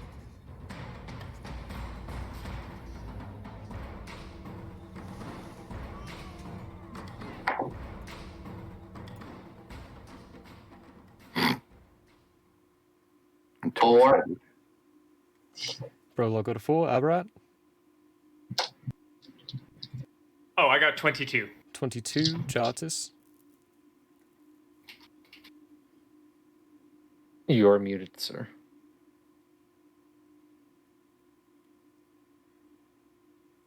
I got a 6. Finestorm? 14. I should have just went with my passive. Yikes. Wasn't an option. Yeah. Yeah, In this case, it was not an option. Oh. Your Londriel? 24. 24. Who got above a 13? Me. So your Londriel, I did. Aberrat, and your and Finestorm. Finestorm. Finestorm and Abrat, this is no news to you. That rumbling, it is getting louder, and it is getting closer. Yolondriel, for the first time, you are beginning to notice it. The fields around you, the laughing has died. There is no more evil giggling around you. Abrat? May I cast, I don't know if this is actually going to do anything, but may I cast Mold Earth around me? It's just a 5-foot. What's the casting area. time? It's one action. One action? Instantaneous. Instantaneous. What are you intending to do? Just making the ground around me difficult terrain. So hardening any soft. Okay. Or it would be more softening. Softening. Than hardening in this case. Hardening would make it easier terrain. Softening it would make people's feet start to sink into it. To that point, Finestorm, your feet, as the spell is cast, begin to sink into the ground as loose, fibrous fungal growths begin to ebb and weave their way through the earth, tilling it to a degree, making it soft for the touch and for the feet itself. Like worms. Like worms. The rumbling is getting closer. It's not at you yet. You have time. I disappear. Stepping into the fields itself. Mm-hmm. Perfecto. For I'll this, you can take your passive action for this. Nothing has line of sight on you. Nothing knows you're there. Oh, okay. I'll take passive. Okay, passive For now. 21. 21. For the They rest could of you, probably see me, but yeah. for the rest of you, what are you doing? Feel free to move your tokens. I've got you on this map for a reason. So Prologue's going to A, take out his Rod of Retribution again and put it in his trunk. And then B, say, I think we need to continue to get out of this field. To Yolondriel specifically. Jartis and Aberrat and Finestorm, you would all hear him say that. As you cannot see them, you can hear them. I'm going to wave my blade around, try and get everyone's attention that might be able to see the light flickering through the wheat. How do you do this? Kind of like... Okay. Prologue, you can see that. You see this flamed blade just poke its way over the wheat fields in the top every now and then. Good. Yolondriel, you have anything to say? I was just gonna whistle for everybody, but seeing that, I just walk in that direction. Yeah. I will also follow. Yeah, Prologue will also link up with Aberrat and then start walking whichever way is towards the mansion. Okay. That would be this way. Can we tell? Okay, You can. Great. It would be this way. As you all move. Yolondriel, as you're stepping away from the one you just downed, Jartis, I'm going to put you over here so you stay with the group. This inanimate hand that's now on the ground that you chopped off twitches, flinches, and twitches. Give me an Arcana check.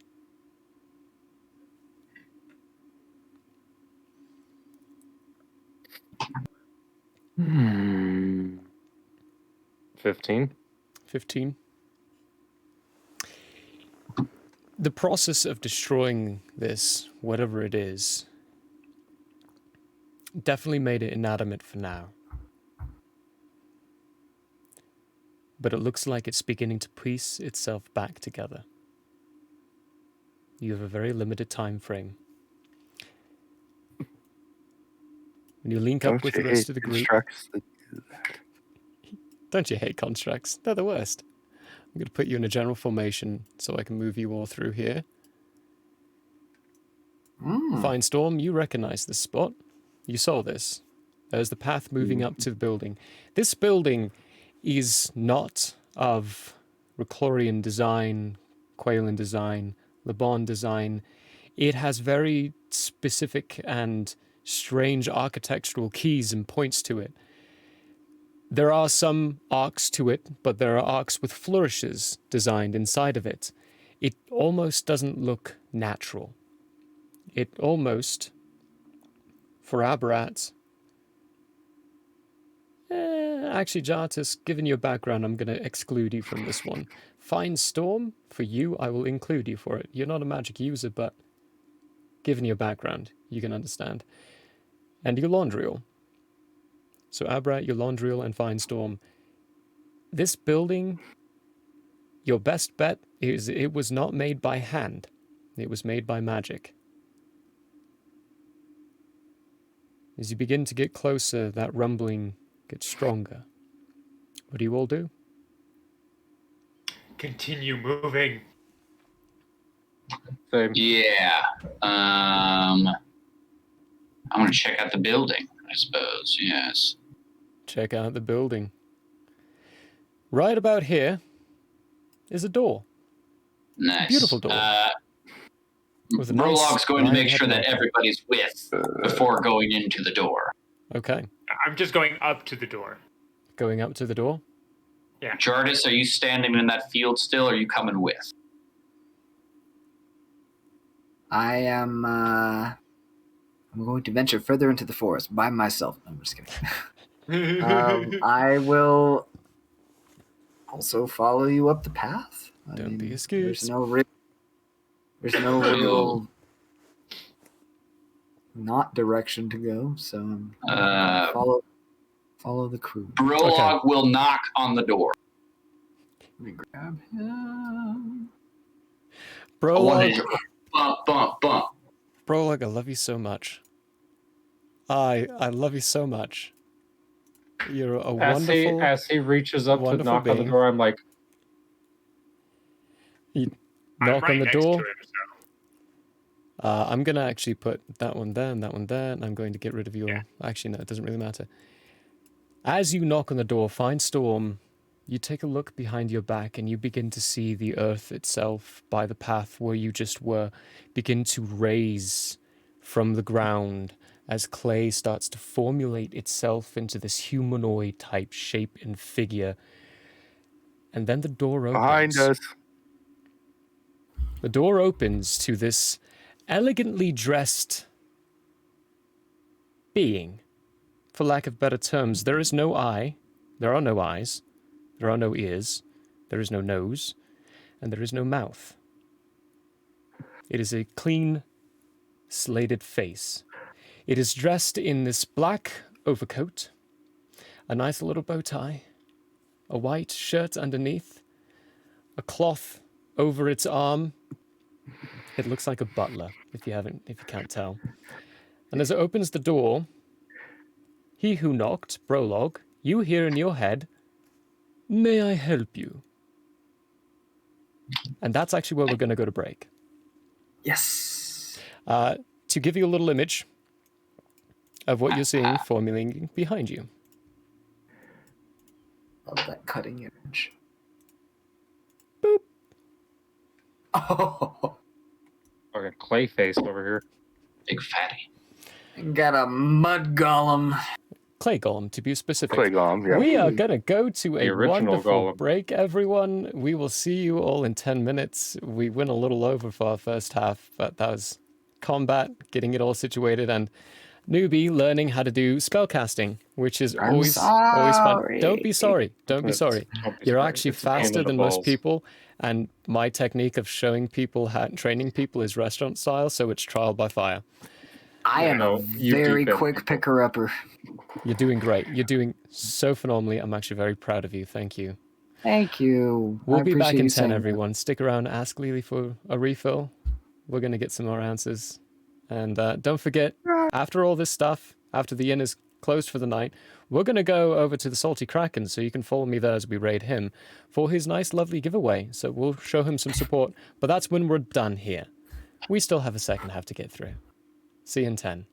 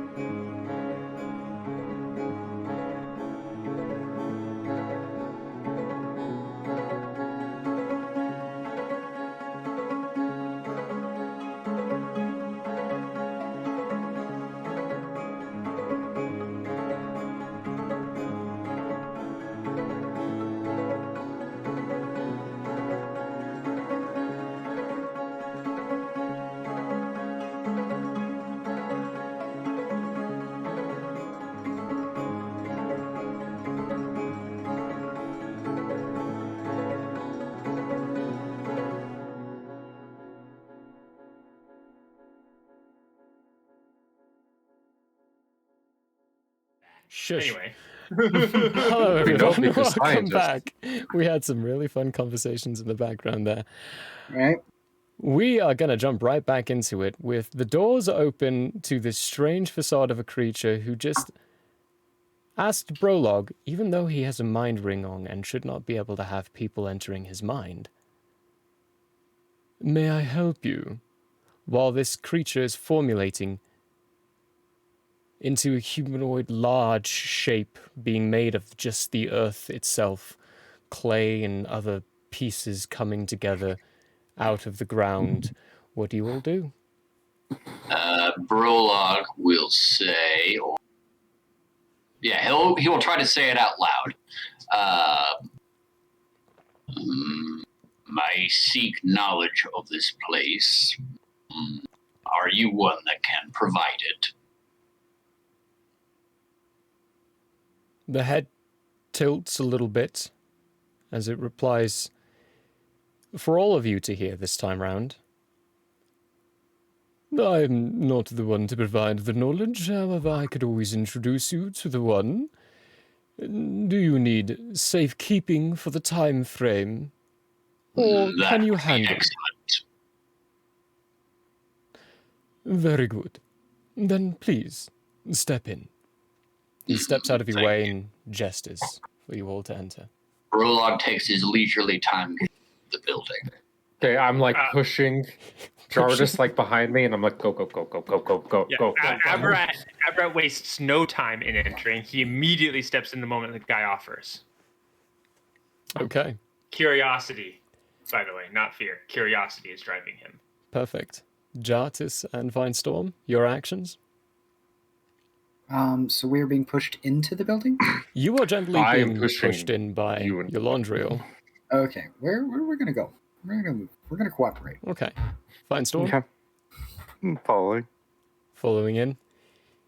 You all enter in, Prologue fairly leisurely, and the door, without being touched, shuts behind you all as this figure starts looming closer and closer to the doorway. You also see behind it some of those scarecrows begin to lumber their way up the path, just still laughing.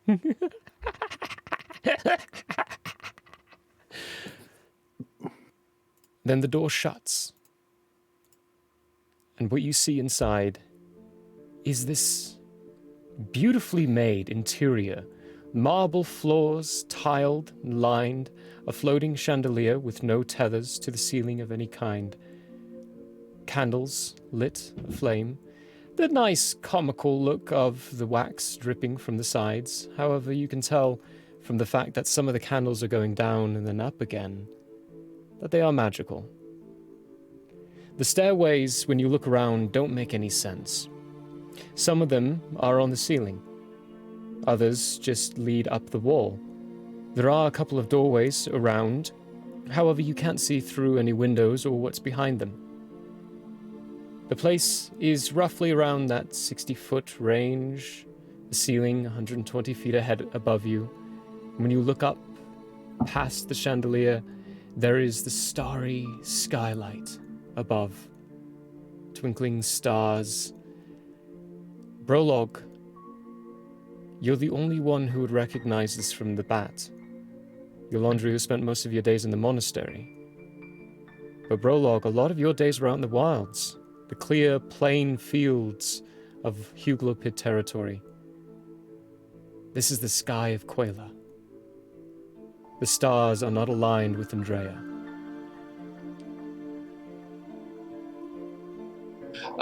Prologue will send a little jovial elbow over to Yolandriel and point at the chandelier and say, show of power. I start laughing a little bit. I'm gonna say, exactly, and it floats. I like this place. The being stands there for a while and says, "If you don't mind, my master is currently contemplating." His head lowers. it shoots up. And instead of having no eyes, there is a singular eye opened up in the middle of its head. And a mouth forms around, and a loose holes of a nose.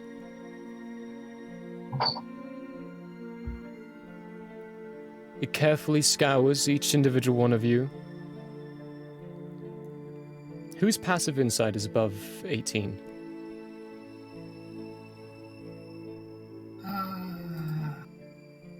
Or 18 and above, let me rephrase that, sorry.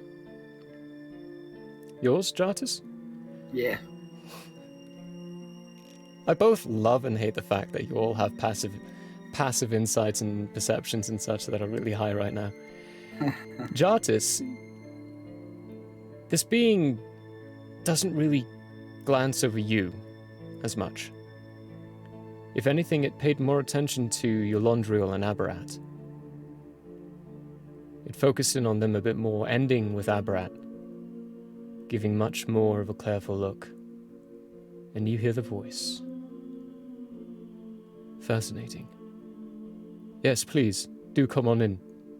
I would very much like to speak with all of you. And the eye closes, the slit of the mouth. Same with the nose. They form into this faceless mask again. And you all hear projected out, "Please, follow me." As this creature turns to the right and starts walking towards a staircase that climbs the wall. Prologue going.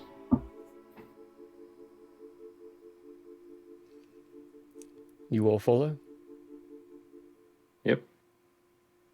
Yeah. Yep. He walks towards the staircase without hesitation. Excuse me. Steps onto it and then goes horizontal and starts walking up it. Prologue will attempt to do the same. You do flawlessly. As will Abarat. And by flawlessly, I mean you put your foot there flawlessly. Both of you give me either acrobatics or athletics saving throws. Or checks. Just checks. They're not saves. Actually, this would be a save. So it's going to be a dex saving throw. So Dex. Well, Yeah. Actually, it's the same. 14. 14. Yeah. It's 4. plus 1 anyway. 4. Prologue. I imagine you naturally... Well, actually, Abarat's curiosity would probably put him right next to you as well at this point. You both step on. And Abarat, you get the feeling of the sense of gravity changing on you. So you deftly step into it and become horizontal and start climbing. Prologue, you step and then fail to recognize it and land face first into the stairs.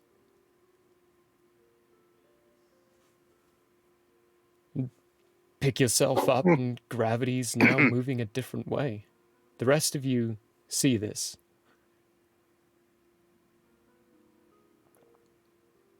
You right, Prologue? Prologue continues. Yes.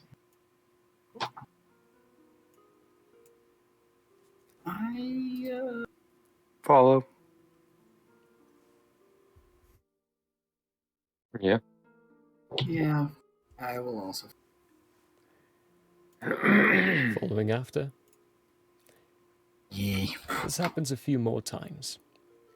As it gets to a fork inside the stairs and he turns right, starts moving along again, guides you through, for lack of better terms, a bit of a labyrinth of staircases.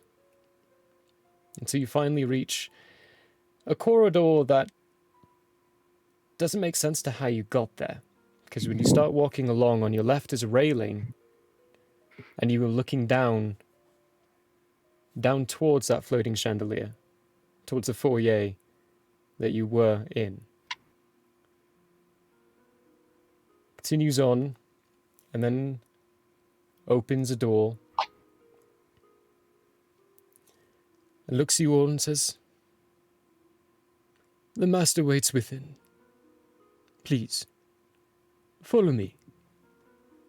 And he goes through the doorway first.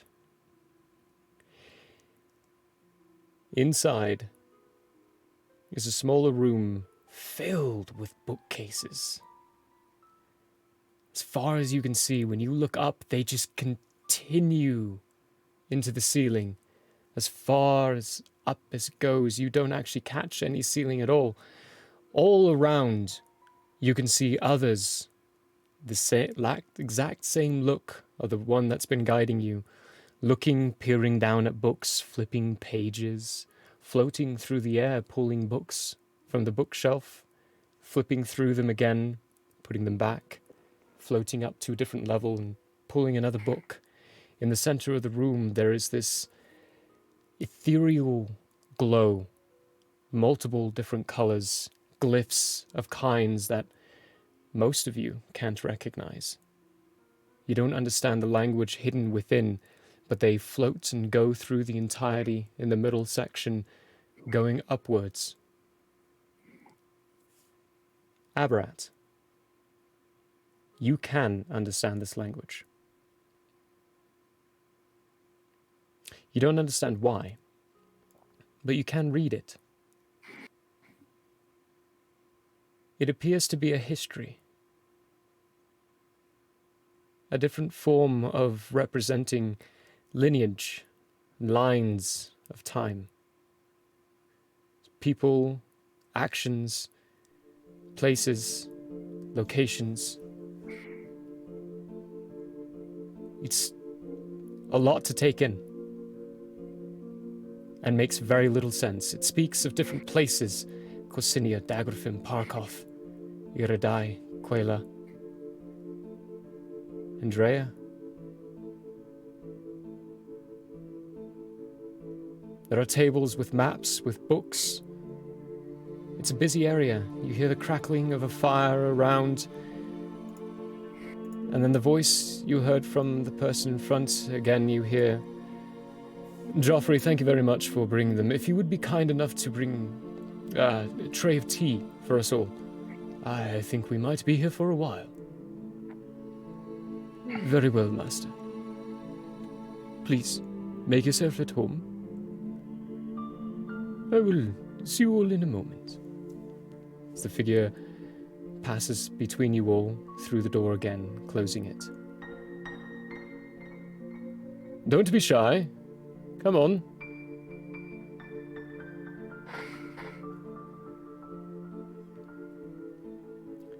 You move through the Brad glyphs. is currently awestruck by what he's looking at, by the way, and may or may not have lost track of what people are saying. Prologue will approach the figure. Say. This figure, let me give you a description before you say. Right. He's sitting at a chair in a very nicely crafted chair. It's not too fancy, but it's still pretty fancy. He wears a black uniform with gold lining. There are 4 tassels draped across his left side, one in a silvery blue, one in the gold, one in the black, and one in the green. There are emblems engroached along his left side. Prologue, you've encountered the Magus High Council well enough to understand that this is a Magus. That is the uniform worn by a Magus. And it is even more confirmed when you look up and you see the marking of a Magus draped across his nose, through, up, and around. Easily the longest mark of a Magus that you've ever seen. And his eyes, pitch black, that gold inner lining, stronger, jagged spikes sticking out from it. His jet black hair streaked back, with grey flecks all throughout. He looks a bit gaunt, skinny. The book is written in a language you don't fully understand. By that I mean you don't understand it at all. But he's peering at all of you with a bit of a smile across his face. I must confess I haven't seen your race in a very long time. He stands from his chair, holding a cane, which clearly is holding most of his weight.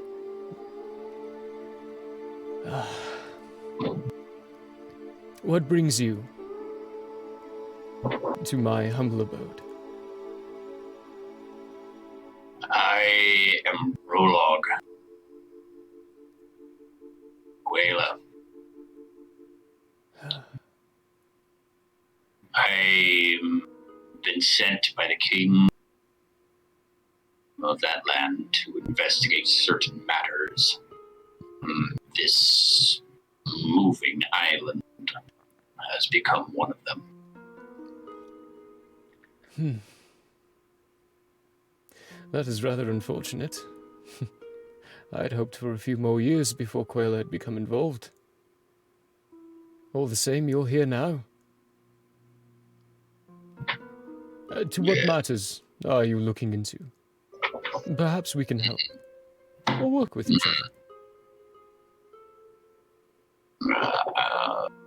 Might I have your name first? Ah, yes. How terribly impolite of me. Being a host and not introducing myself. If I may, at first, actually, I would like to know the rest of your party's team, if that is all right.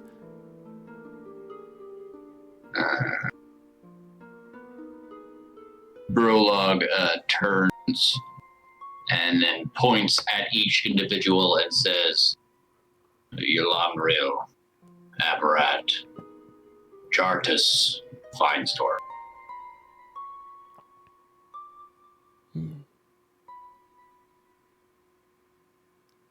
You are the only one of Quayla.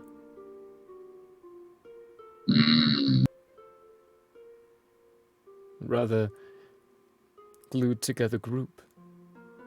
Iridai, Andrea, Quayla. Daggerfim, am I right?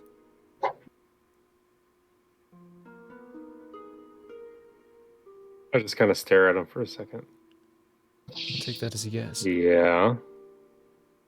And you? You are a fine piece of work. I will stop being rude. My name is Marcus. I came across this place many years ago. Found my home here. Yes. Yes.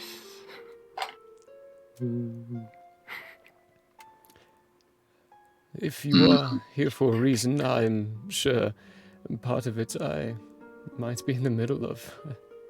Yes. Two reasons, really. The more immediate reason is that this moving island is unique. I had hoped you might be able to tell me more about its properties. Definitely. Of course, I would be happy to.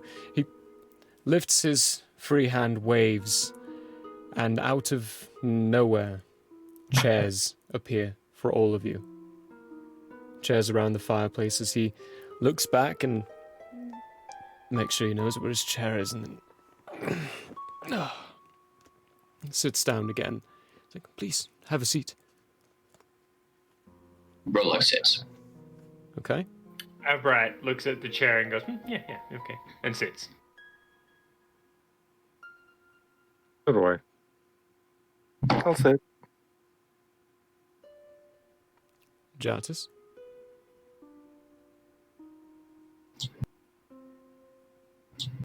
I will also sit. Okay. As you all sit, I would like everyone to give me charisma saving throws.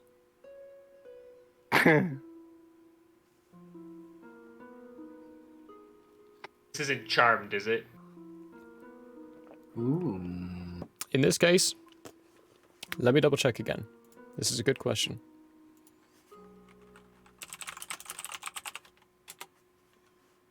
Do you like that typing? Didn't work. I got a 21. Okay.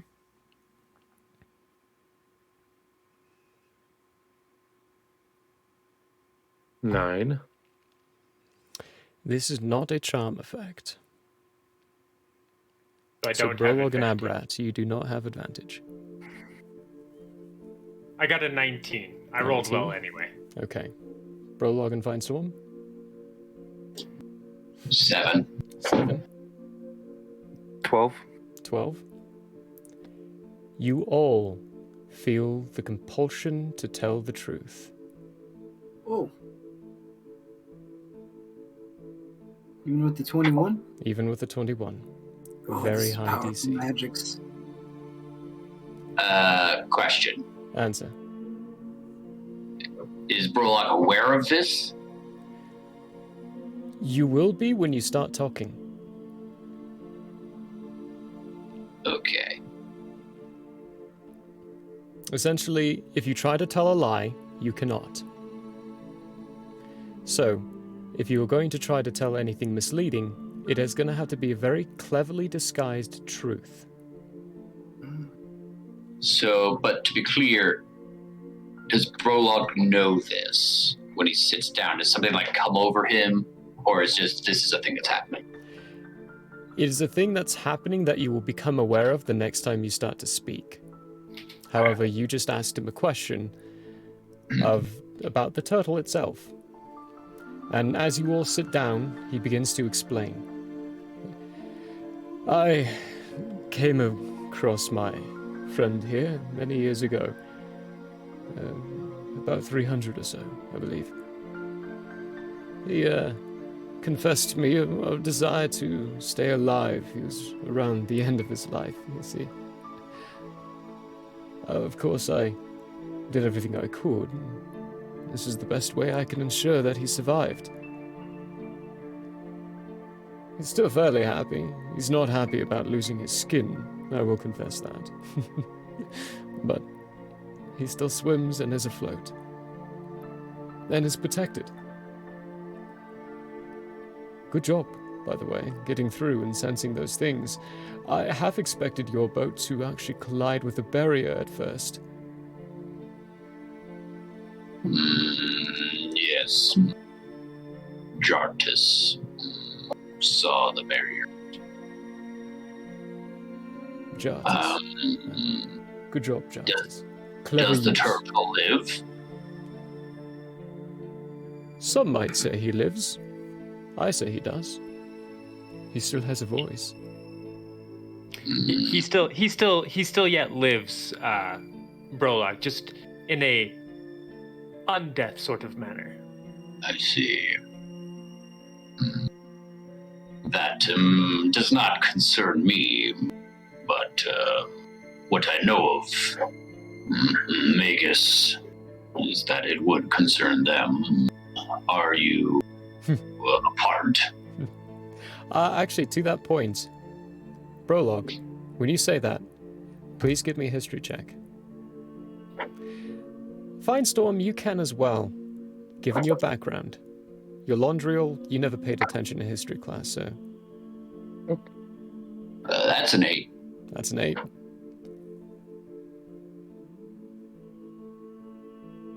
You are muted. 14. 14. Prologue, nothing. Finestorm, I've got a little something for you. Okay. Whisper! Was not expecting. This is a whisper. Was not expecting that. I mean, Anubisai, that would have been a whole different story, but...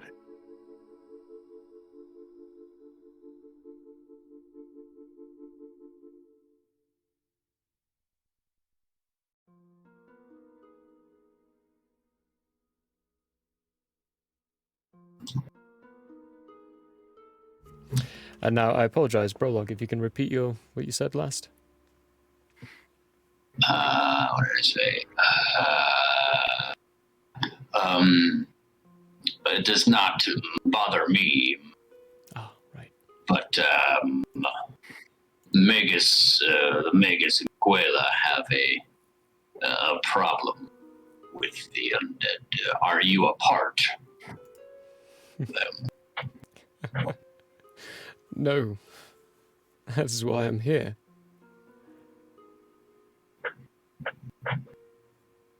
You're right to say the Magus and Quela, they are not pleased about certain aspects of natural magic. And myself is one of those. I had too many restrictions, so I came here.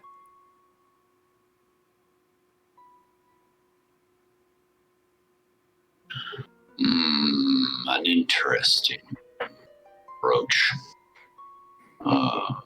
Perhaps you have knowledge of the city that was overrun by undead things. The city. It was on northern coast. Maybe, what was it, a month ago? Half a month ago. Weeks? A fortnight ago. Just over a fortnight. It was a fortnight ago. Fortnight. Cities. Undead. Creatures. Beings.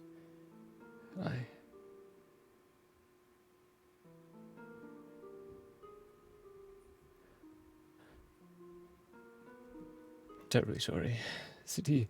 What was it called?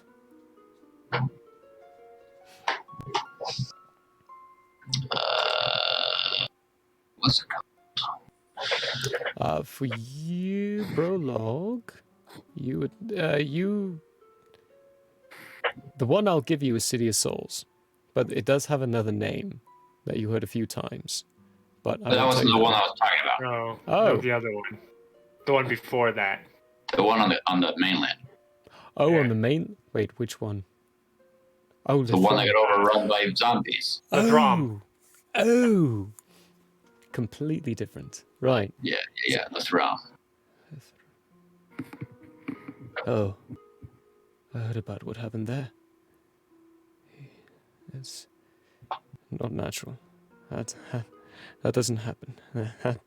That shouldn't happen. That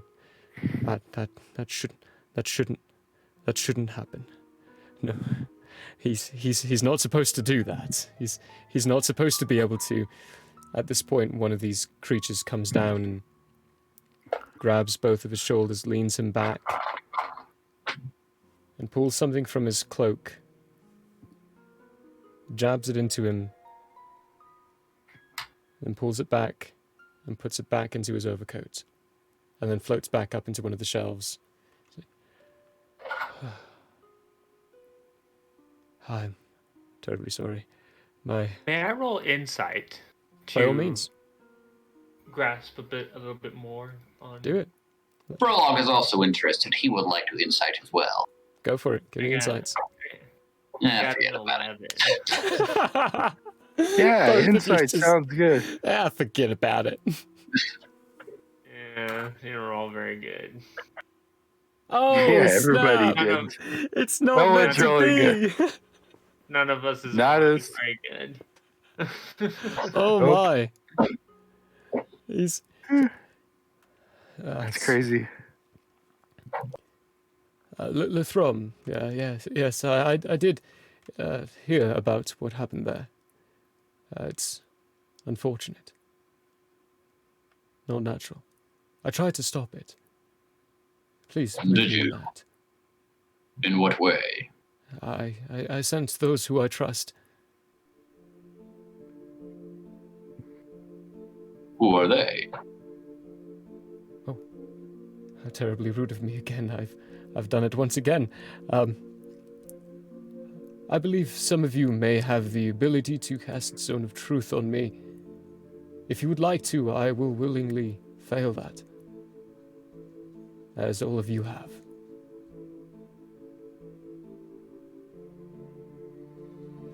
I want to make sure you understand this is a mutual conversation. I don't want you to lie to me as much as I do not intend to lie to you. Prologue turns to the group in questioning with a questioning glance. Abrat kind of just shakes his head and says, I'm just going to trust I don't have that spell. Abrat, go ahead and roll again for that initiative. Not initiative. Wow. Insight. Initiative! Yay! You're all dead. TPK! Yeah, pretty much. 18. 18. He's very clearly unwell.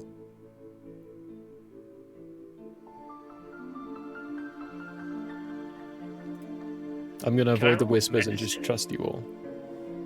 Can I roll a medicine to see maybe how At this unwell point, he is? Sure. Go for it. Give me a medicine. Prologue will turn to Jardis with a questioning glance. 15. 15. Okay. Do I need to roll? So the spell in question would be the spell called Zone of Truth. If you don't have it prepped, you would not be able to cast it. But Abarat, Jartis, and Yolandriel all do have the capability of casting it if you have it prepped. Can I provide But guidance? I don't think you do. Okay. I don't. Guidance wouldn't be able to help. Okay, very well.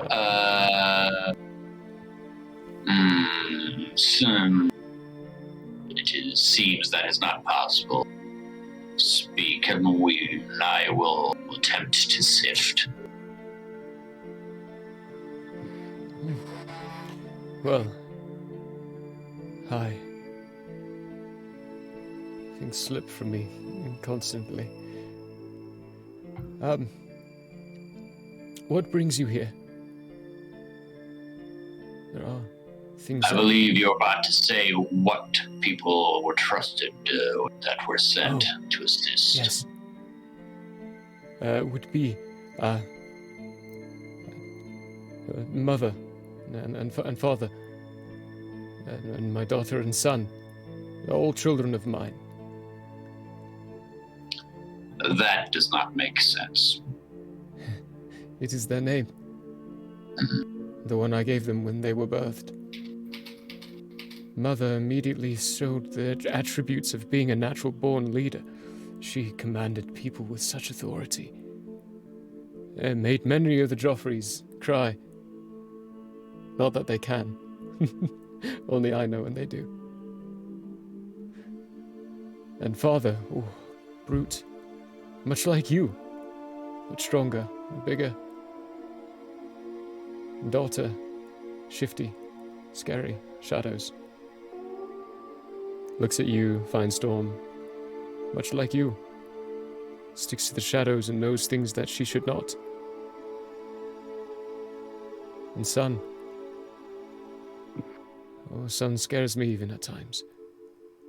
He's more capable in magic than most. They are researching it, trying to figure out what's going on. However, it has led to deviation of task, of importance, being where we should be, where we're going. Small aside, can I just say that the music timed beautifully with your speech with the sister and the brother? Like the transitional tonal shift was It's brilliant. millisecond for millisecond. I was like, my lord.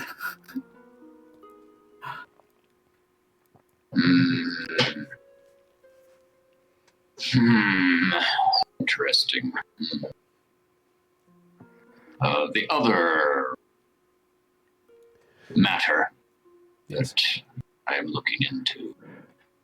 I am looking more than living trees. Some have been corrupted. You have knowledge of them. For that, I must confess I do. I created them. Did you create the corruption or the trees? I created the tree, not the corruption.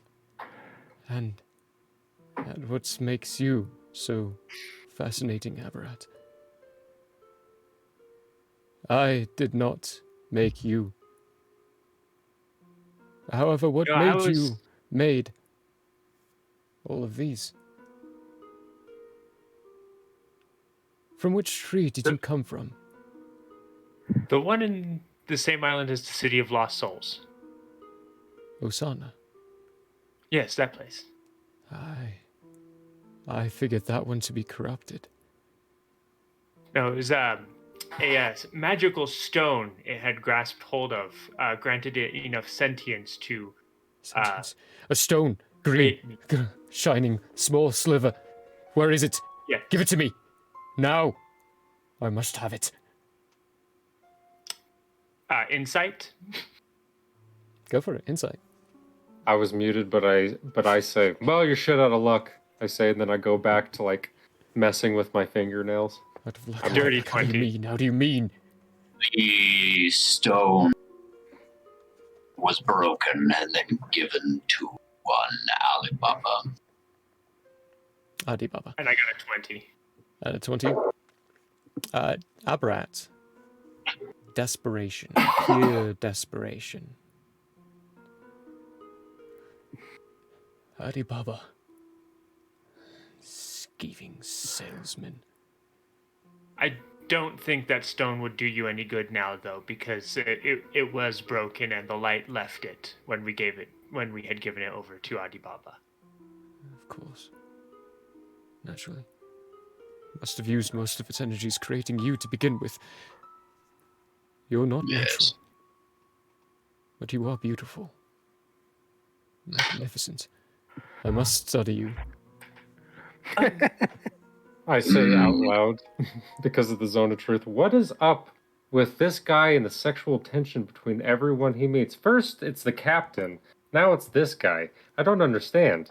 It's the fungal spores emitting from his fungus inside of his neck naturally. It gets into your nose. I'm surprised you haven't failed yours to begin with. Aren't you attracted? To the mushroom? Yes. No! Yolandriel, eventually you'll come across, because I am really a fun guy. He now has a book in his hand and he's scribbling down frantically. Would you be able to tell me where all of the trees are? Trees. They're places. Locations hidden. Shining. Far away. Gone. He's mumbling to himself as he's scribbling at this book frantically. The door opens, and that figure that introduced you all in first off comes in with a tray. 5 cups filled with a tea and a pot. Starts leaning down, offering it to all of you, as you all begin to hear, "My apologies for the state. It's not entirely a good day for him."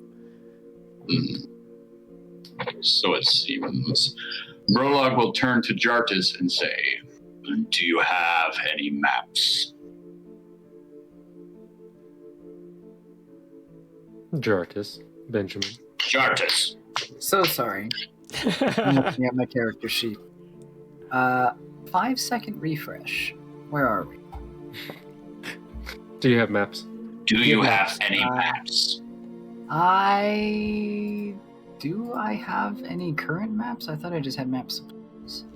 You don't, but I'll save you. While you're rifling through your pack, looking for maps, mumbling like there's maps somewhere around here. One of those faceless figures comes up behind you, Prologue, and says, "What kind of map would you be looking for?" A map of these islands and a map of the continent. Very good. Backs away. And then the tea, Joffrey True, comes up to you, offering you tea. He's finding your map now, and we'll be back in just a moment. Excellent.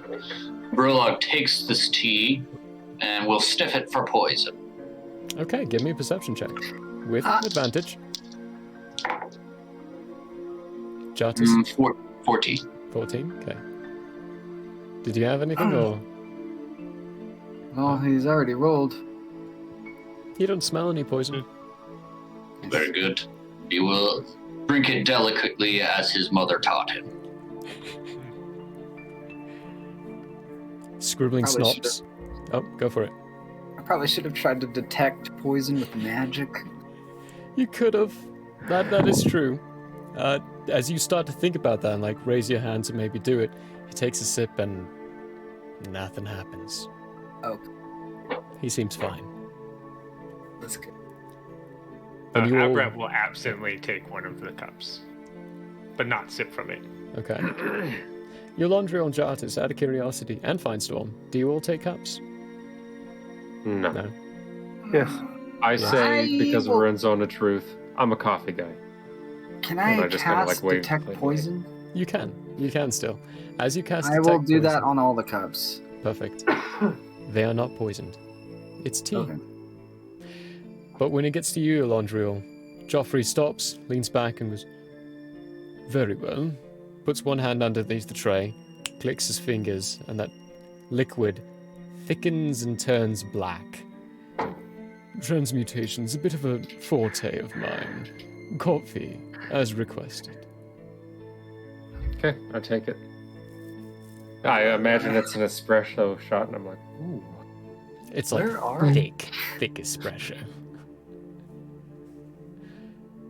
And as he leans back, he's like, "It's from the finer blends inside the northern territories of Dagorfim. One of the finest brews our master has ever tasted." I go, Cuba! Yeah, I know. Cuba. Cuba. Then you all hear a book slam shut with a loud clap. The islands, Osona, I abandoned that one. I thought it was lost. Lost to the timeless. I guess I was wrong. Well, in truth, it was more akin to the timeless being lost to it, but we did Timeless have to being deal lost with the to it. timeless. If the timeless was lost to it, then Lithrom would not have happened. What is the timeless? Uncapturable, unobtainable, timeless. You're not talking about those strange demons that were in the soul. No. Soul City, were you? No, those were mind my then. creation to guard it. Had a little bit of a spillage. Unfortunate circumstance. They moved to the city instead. They thirsted and hungered for souls. I couldn't fix it, but at the same time, I learned a lot. I have fixed it. Oh, good. Thank you. Yes. I didn't have a part of that. I wasn't there. Of course, you wouldn't have been there. You weren't created until after.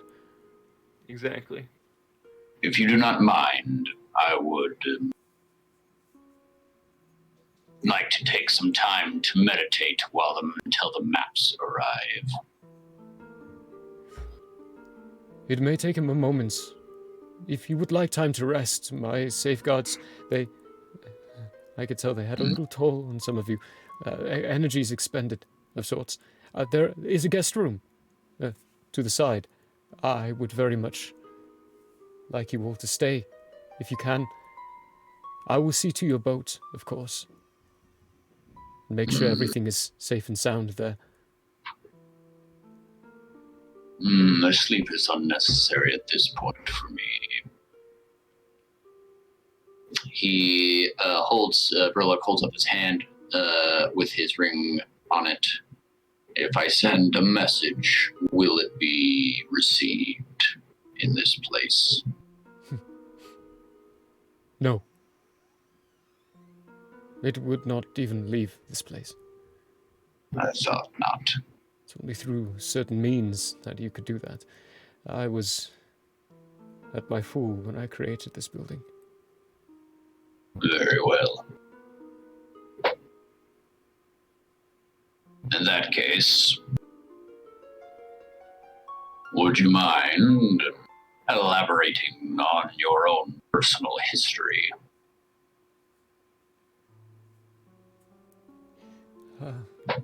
Yes, of course, I would. I haven't been able to tell anyone of my history before. I am from far from here. It has been many years since I've been home. Not that I seek to go back. They never liked me or liked anything that I did or my ways of my life. My studies and my teachings, they shunned. That of even my brothers, they hated me.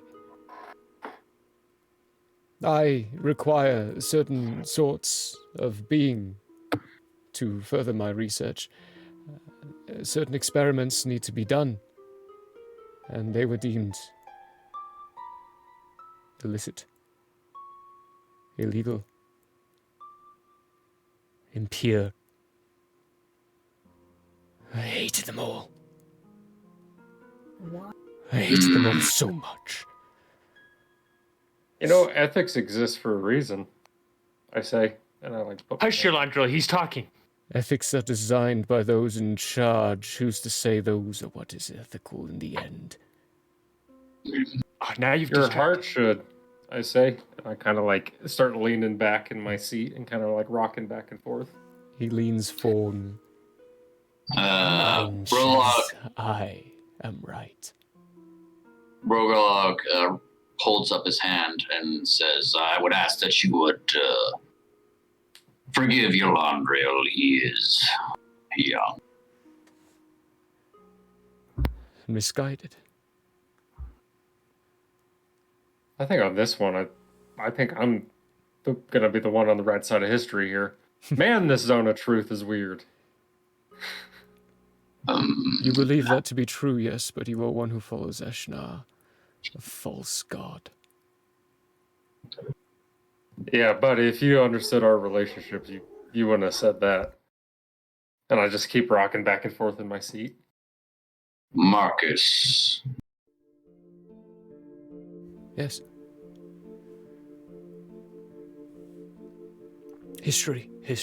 are you the king's brother? The king? Of Quela. What? It should depend. Who's king?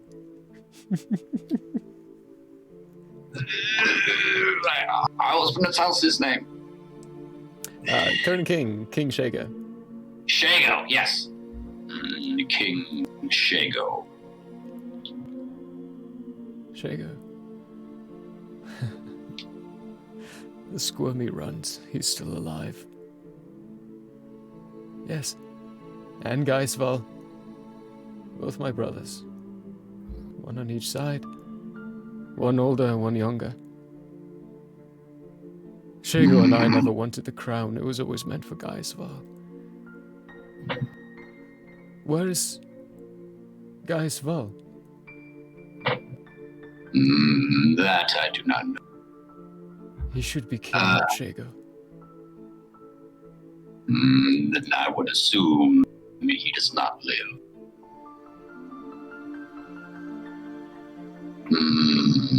Marcus. Although I follow Reed first, at this time I do serve Shago. Creed. Are you opposed to him? Creed. Loxodon. Yes.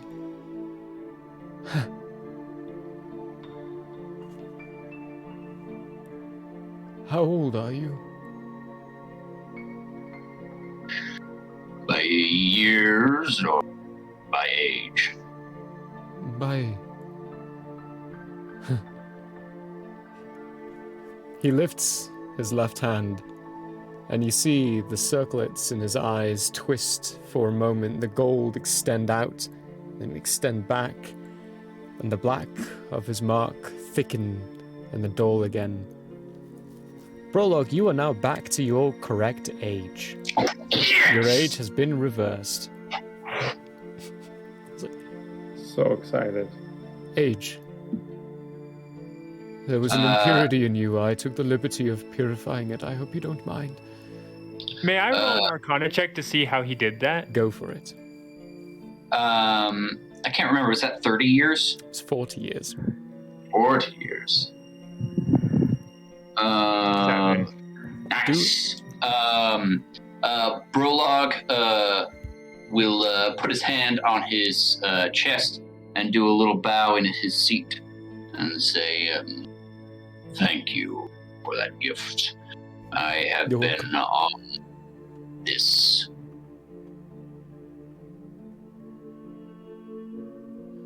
plane for 63 years. 63. 63. Now, how old was your mother? At what point? Old now.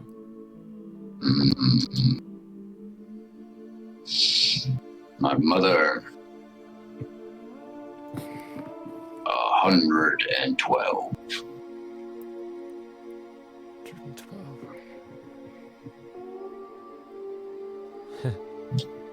Then I knew your great-great-great-great-grandmother. The creed. That's the creed of 321. Yes? It is. Pity to see it still around. I always hated that creed. Difficult to appear to. Of course, I honor those who appear to it, and I do not question them. I have my own personal beliefs and opinions, much like you. Yes. It's just not easy for those who do not practice it on a daily basis to actually be able to uphold without having the skin cut off of them for what is Preaching to deemed the to be choir. unholy tattoos. Ease was never the goal.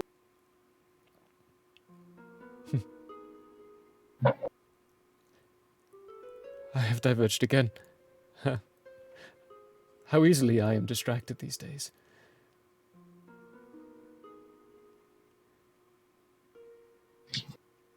Your history, you were speaking. Ah, yes. What brought you from Shago's side to here? To be clear, I was never on Shago's side. Let me be clear. Where Shago was, occasionally to here. I was given a gift by the most surprising of individuals. Lee Ogtogno. For most of you, that would be confusing. Prologue, that to you would not be confusing. That is a standard Huglopid name. Oh, at last. Of course, when we came here, he dropped the rest of his name and he only took Lee. Easier to pronounce, maybe. We came with his brothers. We had the plan to kill his brothers, of course, because they were just terribly corrupt individuals who wanted to destroy places, new lands, whatever they could find. Did he say that King Lee or the Hugo Pit was the gift, or that he was given a gift by? Given a gift by the Huglopid. Given a gift by, okay. It was strange, this gift. It gave me magic that I didn't understand. With a little practice, though, I figured it out. There were downsides, of course. That seems to be the way with magic. We were betrayed. We were betrayed by the two that we very well planned on betraying ourselves. Irony, isn't it funny? They tried to kill us. Hilarious. Instead, we arrived in the worst time possible. They did so much. They killed so many. Of course, I too had the plan, the need, the necessity to also get some. But I didn't take as many as they did. I didn't want to. I let as many as I could go. But they suffered. They suffered much like I did.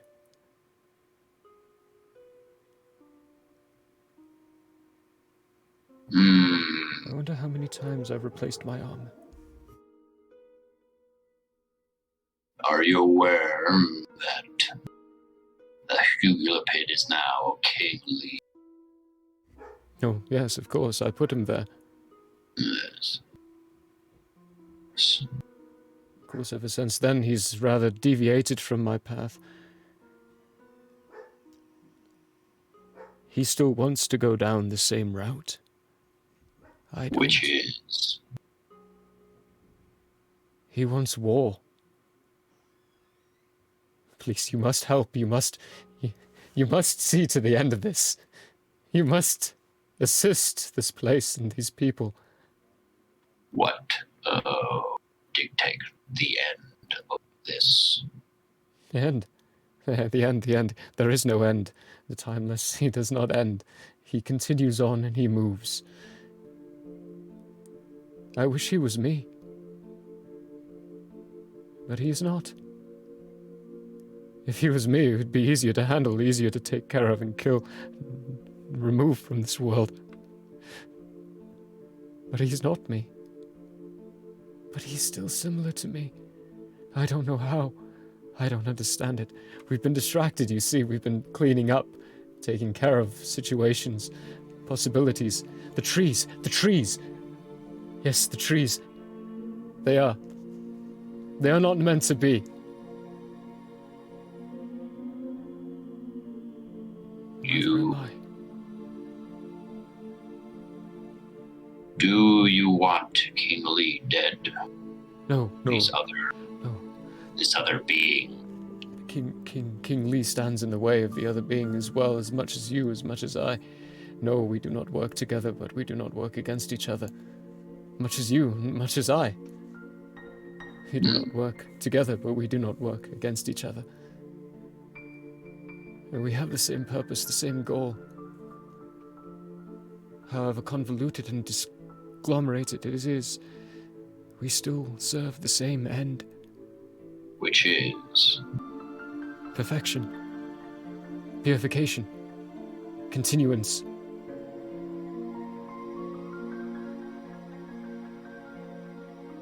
These trees, you say they are not to be. Why? They are the beginning of my research. They are imperfect, impure. There is only one that I can say that has moved itself into the realm and into the being of where it needs to be, and that is yours, Aberrat.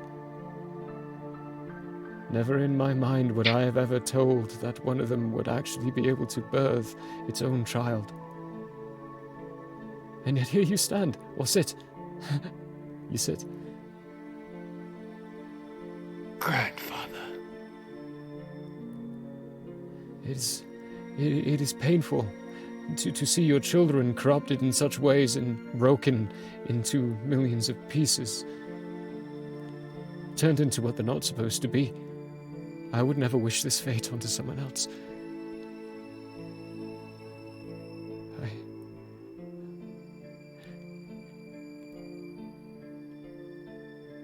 I grow tired.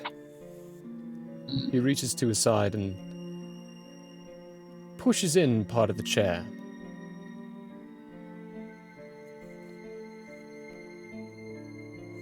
Nothing happens after that.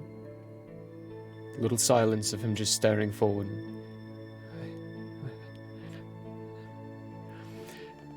Now, he is mouthing words. Two of you have the observant feat. You would be able to understand what he's saying. A fine storm It is in a language you do not know. Okay. Abrat, it is a language you understand, but you don't know why you understand it. How could this be? Is he impure? Is he pure? But at the same time, why is he here? I haven't seen him in years. Why doesn't he recognize me? Why doesn't he know me? What are you doing here? Why are you here, Yolandriel? Abrat's gonna turn at that and look directly at your Landriel. I give you the yo head nod. Then he's gonna turn and look back at Marcus.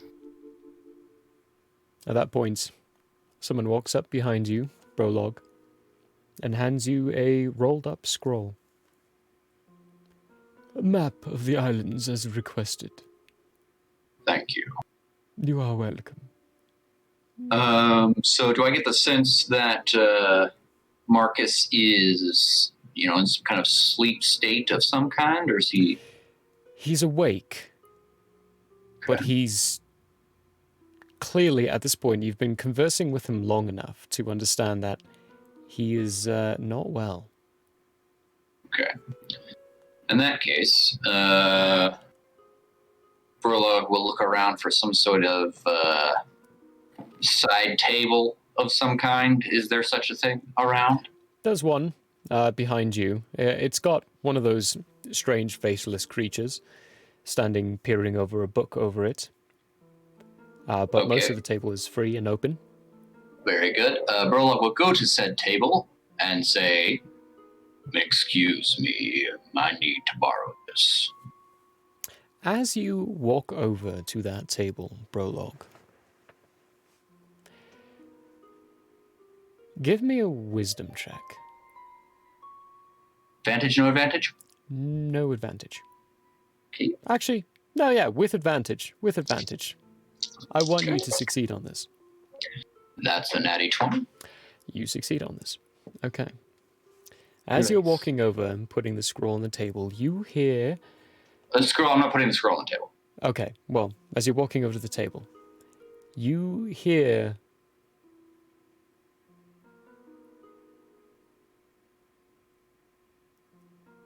a scoff. You hear someone scoff. It kind of sounds like...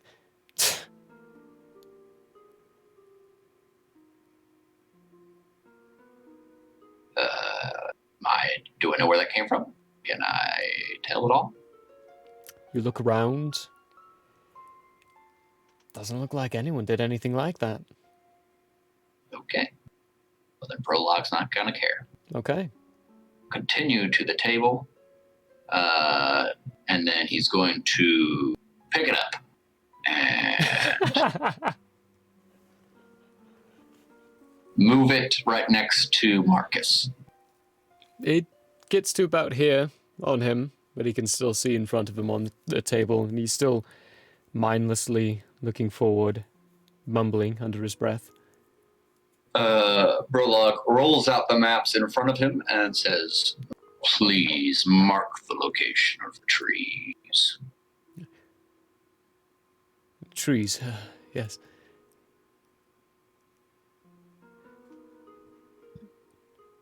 J13.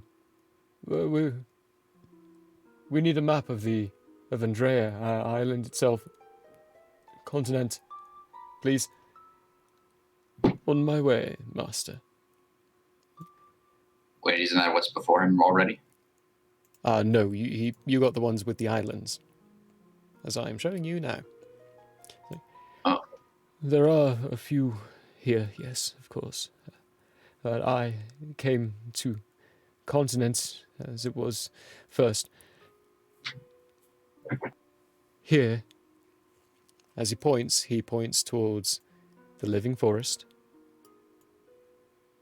And someone mark these down as I ping them.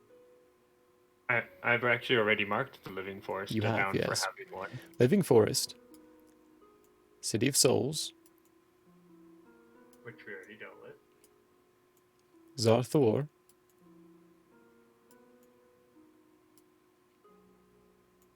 Hollow Island,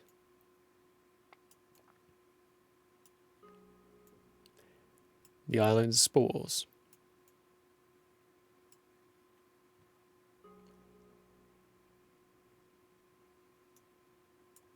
and Uncharted.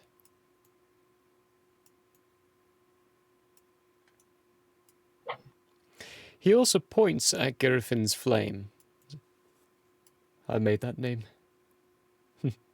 many years ago, when the histories were rewriting themselves. Gerfin came through another mistake of mine. It's pulled here from somewhere else. Made it his home. There's no tree there, but I think Yolondriel will enjoy being there. Little piece of history for yourself, as well. He took it from me. I did mean to gather them all myself. I was curious to see their capabilities, especially together.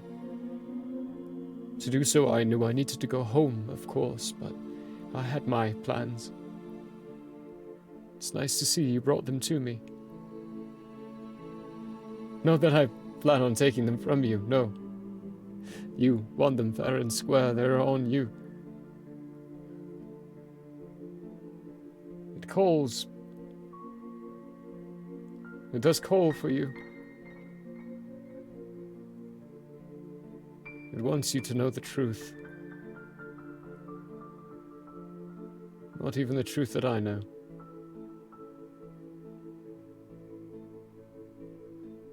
The trees. The trees. Yes, the trees. J13 comes down again with another scroll, splays it out over the table, as I move you all over to Andrea. Initiative! Yeah, initiative. He points at Perth Mountain, which you've already been to. Phoenix Mountain, all the way in the bottom right.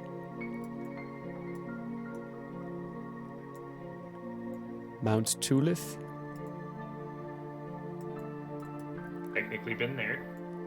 Lithrom. Not all the way there. Oh,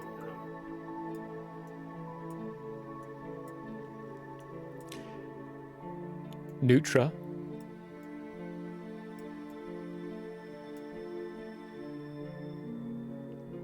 The Alap, well, actually more at Dila than Alap Mountain itself.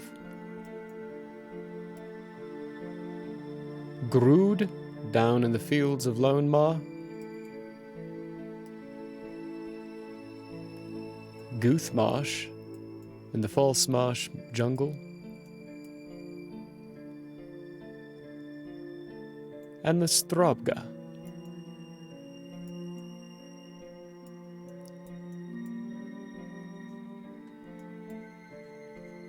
Phoenix Mountain is different. I made that one after the one I made in Osana. I used similar ingredients. I found a place. Found a place. Pie.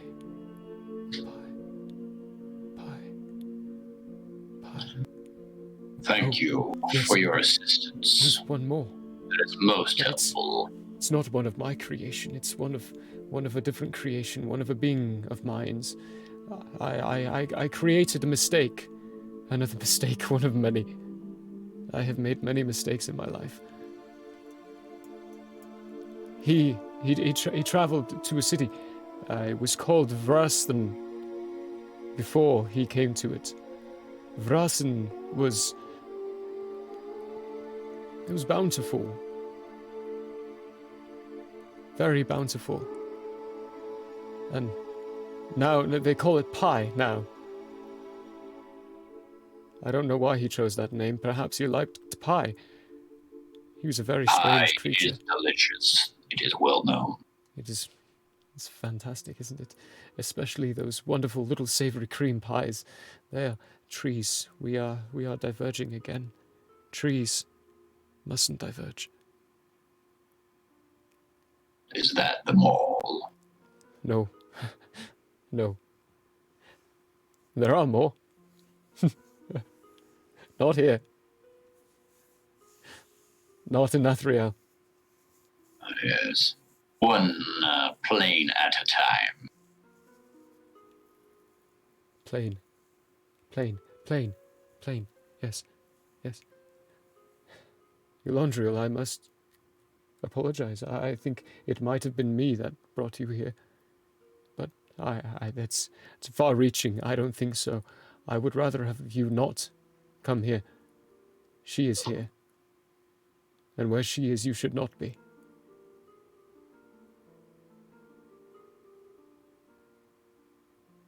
I just sit there looking at him because I really don't know all of what he's saying. So I'm just like, okay. Prologue's going to roll up the maps with the markings on them, put it in his bag. Not for you.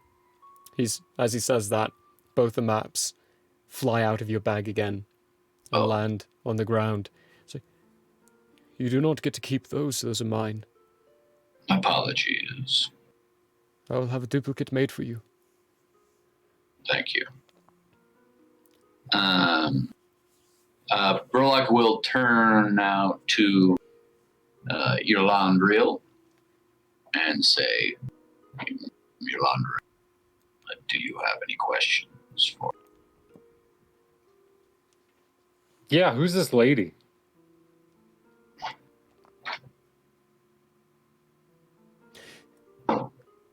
She.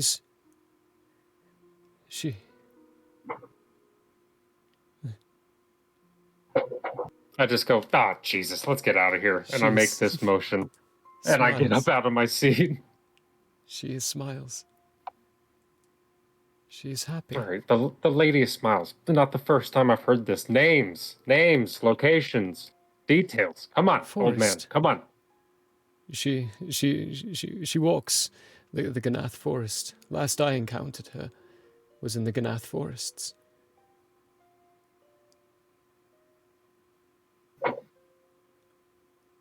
Okay, I go, well, all right. Was that so hard? What is up with every person I meet with information just decides to be very vague? Perhaps when you've been alive for over 800 years, you will be in the same place as myself. Oh, I say, and I start to walk just away from the situation. When you spin and turn, standing right by the door, you see a very familiar face. As this younger-looking woman stands picking at her nails with a knife. The same one you saw in the arena in the Throm. Let me get the name that she went by there. I have to review my notes now. Ileona.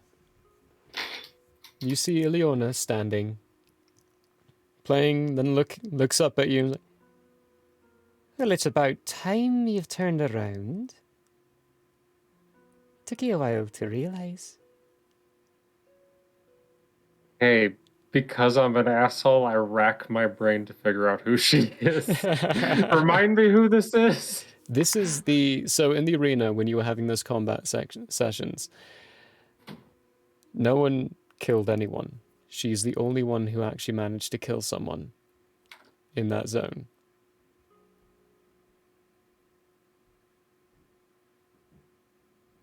I go, oh yeah, hi.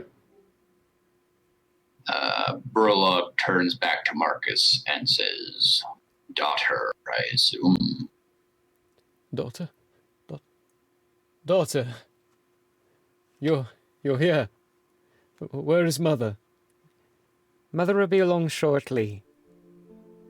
You sent us out on a mission just recently. Getting pulled back like this is not very fun. She's not happy, you know. She can handle it. This is important. And she'll be along as well, don't worry. Son's gone and grabbed her. Yolandriel. How you been? Living the dream, I say. What about you? About the same. Cleaning up a few messes. Sorry about the thrum. Didn't mean to entirely scare you. At the same time, I didn't know if you're an ally or not. But now that I've seen that you've been talking to Master for a while now, and haven't killed him yet. Thank you for that, by the way.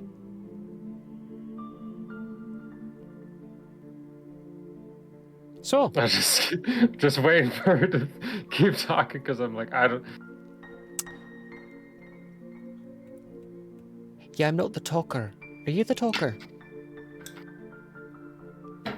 I mean, no, not really. Oh, so we're the I mean, bodyguards.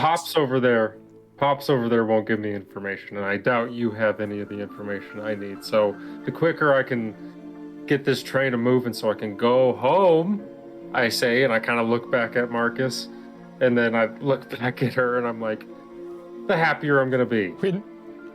When you finish that, one of these faceless creatures walks up to you with a book. Master understood that you wanted the information, cannot provide it from his memories, so is providing a book instead. Here. I grab it and I say, thank the gods. All right. See you guys in a bit. And I go find a table and I slap that shit down and I open it up and start reading. Prologue will say to It's all the daughter. magus. Saying to daughter? If you wanting to talk, this one seems to like to point to Jartus.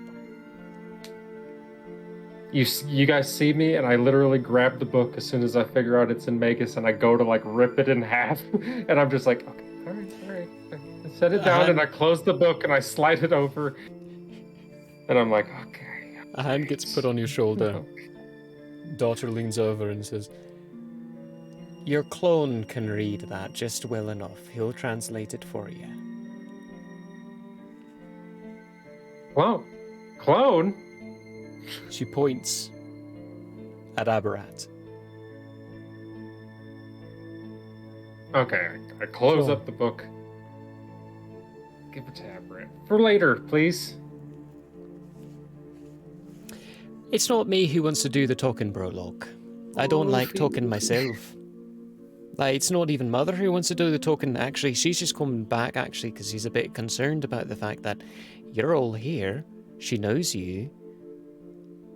And the last thing you tried to do is kill a few people.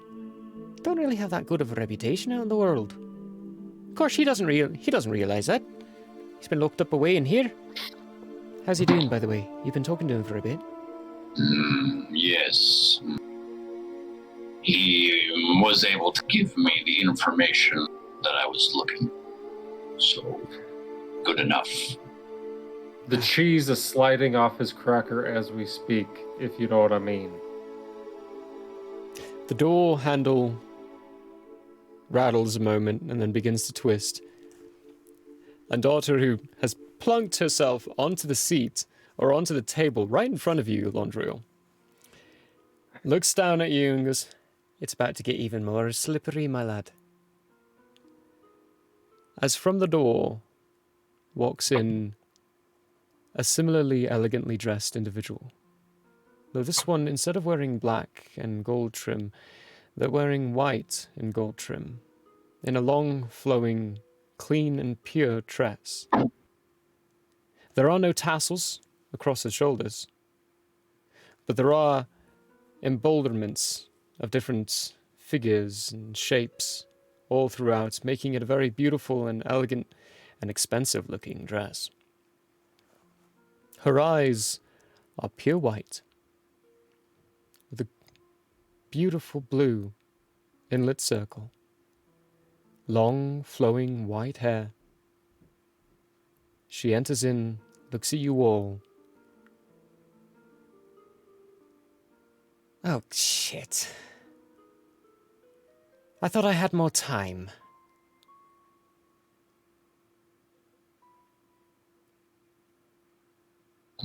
There is never enough time. Clearly not. Mother, I presume. Mother? No. Oh, maybe I do have more time. Oh. Why are you here? I was sent to search the island. I came across this building. Marcus here asked if he might provide information. I search. Well, he's giving you his name. No. Moreover, my question actually is, it's a bit more over-encompassing. I'm terribly sorry, Loxodon. Why are you in Andrea? There are no Loxodon in Andrea. Are you from Iridai? Quaila? Well, you don't have tasks, so you're not from Iridai, so Quaila. So, who sent you? King Shago. Why did he send you? It was under the pretense to guard Omegas as he searched for the princess. It has since evolved to other matters that I do not fully comprehend.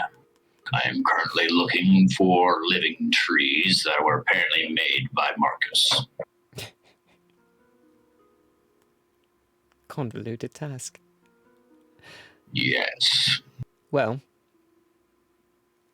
where's your Magus? None of you are Maguses. You got an ASMR. He died in the City of Souls by the shades that Marcus created. I knew those shades were dangerous. What was their name, please? Raspidus.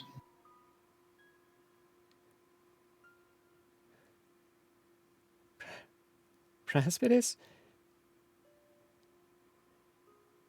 He's dead. Yes.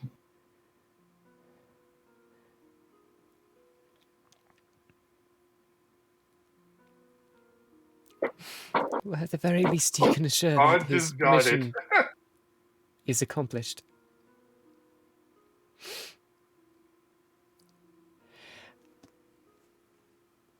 She pirouettes and bows to a degree. It is my very good pleasure to meet you. My name is Princess Kostia. I go, oh, come on! Welcome to I say. And that is actually where we're going to finish for the night. Because I have gone into the mind of an insane person, and now I need to get out of that mindset, so... Great. Whew! Oh, that was fun. This is why being a DM is dangerous. You go through so many psychological things. Wow-wee. You blew my mind multiple times tonight. Good, good. I hope so. Cheers to that. Cheers to Prologue rolling that natural 20 2 weeks ago. Nice. Or a week ago now, actually. Mm-hmm. And getting us this whole encounter and the possibility of making this happen. That old man doesn't How know do you what's feel? coming. Not from this character, but... Yeah, that old man does not know what's coming. Ooh, laddie. Well, thank you everyone for joining us, and thank you very much for attending and staying at the Owlbear Inn for a few hours as we go through some really emotional stuff. Just crushed the princess's heart. Praspidus is dead. Oh dear. Those sounds that you've been listening to are Sirenscape. Go ahead and go give them a check out. They're wonderful for tabletop gameplay and online gameplay. It's available for both. By all means, give us a shout, give us a look on our socials. We have Twitter, Facebook, YouTube, the whole lot. Just take a look-see. Whenever someone, comments to get those links published. Hint, hint, hint, hint. Hint, hint, hint, hint. Somebody For else now. but me.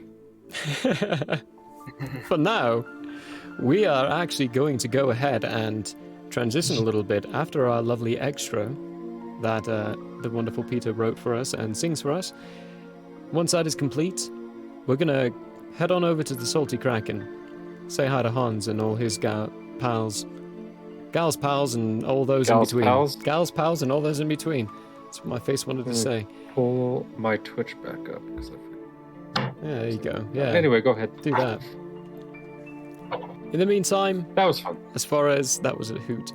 As far as tabletops go, we'll see you on Tuesday and Saturday. And see you throughout the week. For now, though, we love you all. Thank you for being here. I can't wait for Sunday. Bye.